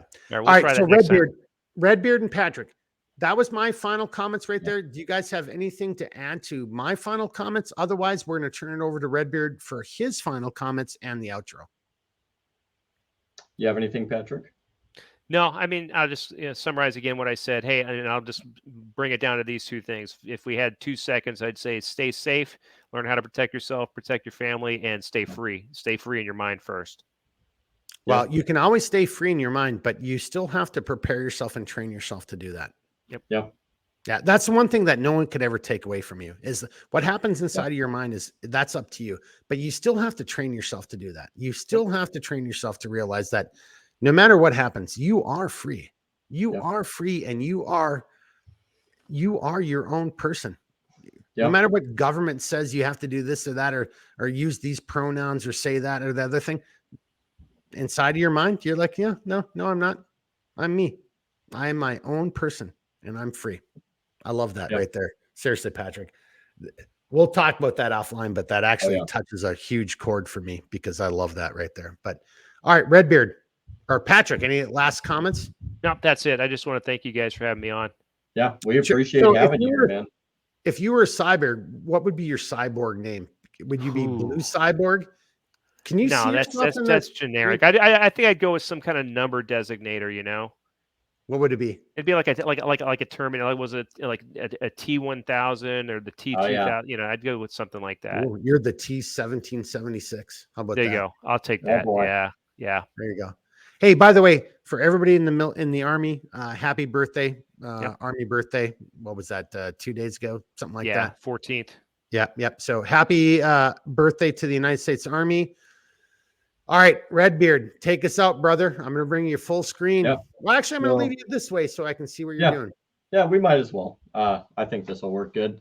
So one thing I kind of want to put out there, and I think it makes sense for tonight, is if those who advocated for gun control, or as I like to call it, people control, put as much energy into actually stopping human trafficking and pedophiles and predators as they did in stripping the rights of people, we'd probably be a lot farther along as a society.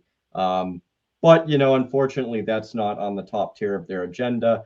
And, like Patrick even said, like anybody that is even remotely serious about it, and I've heard this from several other people, they end up leaving, do their own things, and they do 3 times the amount of work and have 3 times the amount of rate of success because they actually give a shit, and, so look, I've said this to you, Mark, I can't take anybody serious anymore about gun control and saving our children when all these people do is sit there and talk about guns do this or guns do that, blah, blah, blah, blah, blah. It's like, okay, well, like, but I would be willing to wager everything I have that more children are abducted, raped, and killed on a daily basis by predators, human traffickers, than I would say die from gun violence. And I would say that the not to be comparing and contrasting, but the deaths are probably far more brutal than something like that. And it sounds messed up, but dude, let's be honest. Like if you actually are that worried about children, how about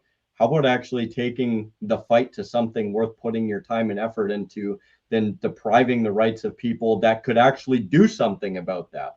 It's like the see something, say something. Okay, well, why aren't more people questioning why some dude that has no resemblance to this little girl or this little boy is all of a sudden walking them out of the store and not questioning it? Like, and Mark and Patrick, you guys both know body language usually doesn't lie. Am I right? So if somebody looks uncomfortable with somebody else, there's probably a problem there.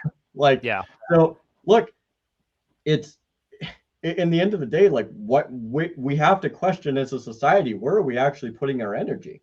I would say it's completely misdirected, and I would say that it's completely disingenuous to complain about, saving our children, but going after something that predominantly is not the main factor in them dying or being injured or being killed.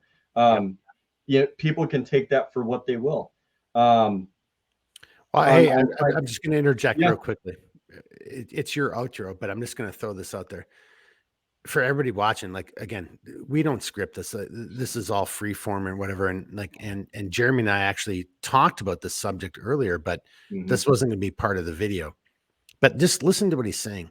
Like it's obviously something he's passionate about, and truth be told, it strikes a chord with me. I think if you're watching this, I hope it strikes a chord with you. And so, Jeremy, Redbeard, Barbarossa, we're going to have to make this a man of many podcast names. in the very near future. And honestly, from my personal perspective, maybe that is something that I need to be looking into, what I need to do as a human being. Can I use my background and skills to help in that fight? Because that's a worthy fight. Yeah. We were talking about Russia and China in this video, but I mean, that's something that maybe most of us can't control. Yeah. It's going to be what it's going to be, because we've unfortunately elected a bunch of freaking idiots and whatever. But the things that we could control is like what happens in my backyard. And that's what I think you're talking about. And that strikes a chord with me. So thanks for sidebarring us, but I love it. But continue, sir. I don't know. We'll talk about this offline, because maybe we'll have to do this as a separate podcast. Seriously.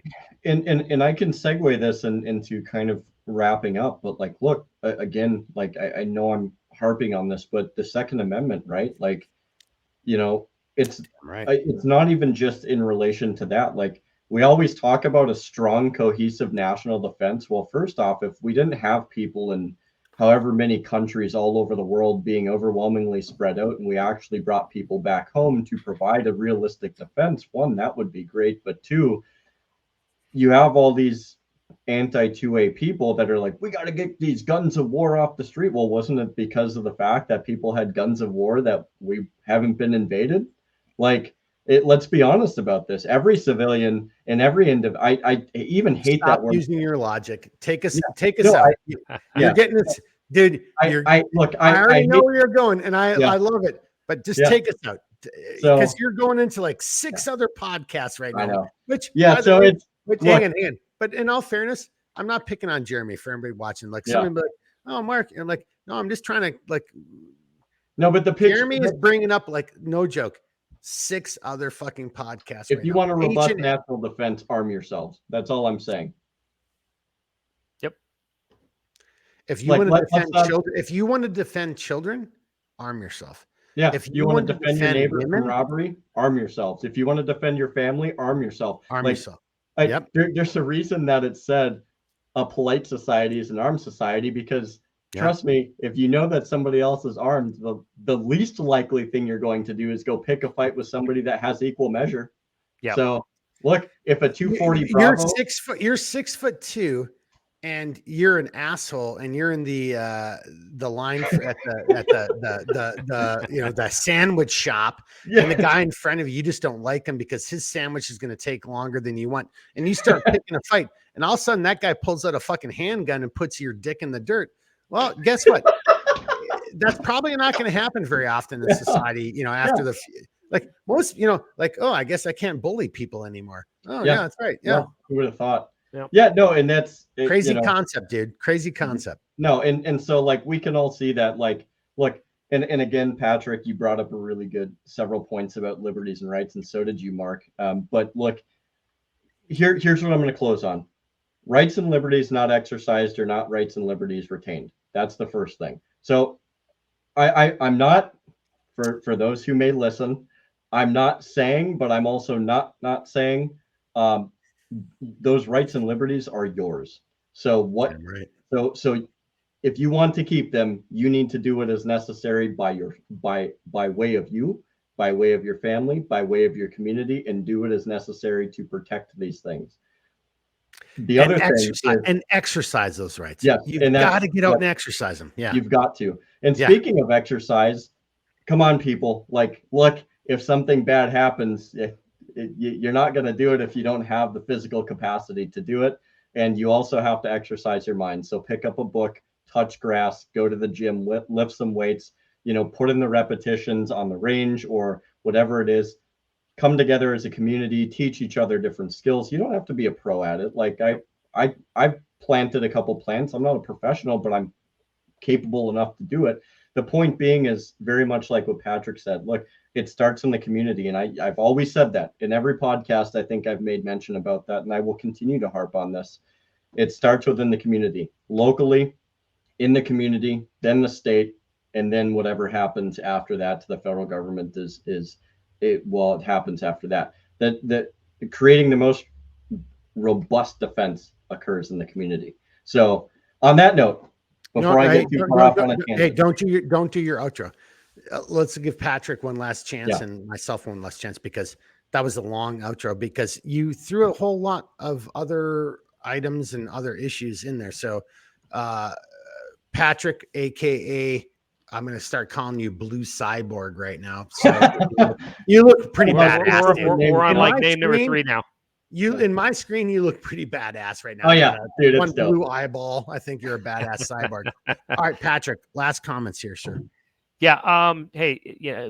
Again, the body, mind, spirit thing. You've got to be free in your mind. You got to I'll give you the words of a mentor of mine. This is a guy that came from like one of the early in the early years of Delta Force, and I'm blessed that he's still around, and I'm blessed that he's a mentor of mine. He says, "Hey, take care of your body. It's the only one you got. It's like you think of it as your ride. You want to have the nicest ride for as long as you can before that thing breaks down on your journey through life." And I'm like, okay, that makes sense to me. That's so at my age, and I'm only a year behind you, Mark. So I'm still getting after it, and I don't do this for the purpose of showing off or aesthetics or anything, but it's functional capability, and I still have it. Hey, God made us this way. Why not maximize what we were given? It's a gift. Don't waste it. And then just, again, I want to thank you guys. I mean, it's good. I don't think that we're outnumbered across the country. I really think that there's more people that think this way. They're just maybe afraid or challenged to verbalize it. And it starts in your mind. So we now have to be vocal. We can't hide on phones and just, keep our comments hidden. Don't acquiesce, don't surrender, speak your mind. That's your freedom. Be proud of it. Yeah. All right, Redbeard. I have nothing to add to Patrick. That was so well said. Yeah. Thank you, sir. I mean, way to take us out. You're an awesome human being. Yeah. All right. So on that note, all right, Redbeard, take us on out. And so my only final comment is again, as always, thanks to everybody who's watching this video. Seriously, you are part of the resistance. We are the resistance. It has to start with us. If we don't do anything, and if we lose, whose fault is it? You are the resistance. We have to make a stand. We have to make a difference. And if not you, who? And if not now, when? So Redbeard, take us out, brother. Yeah. And on that note, like Mark said, thank you very much for stopping by, taking the time to watch the podcast, listen to what we have to say, even though at times it may have been a mishmash. But it all works together. So on that note, look, the flame of liberty shall not and will not ever be extinguished so long as there are good people willing to support and defend it. Yep. So with that being said, Mark, I think that's it. All right. We'll see everybody next podcast. Thank you very much for watching. Yeah. Thank you. Woo!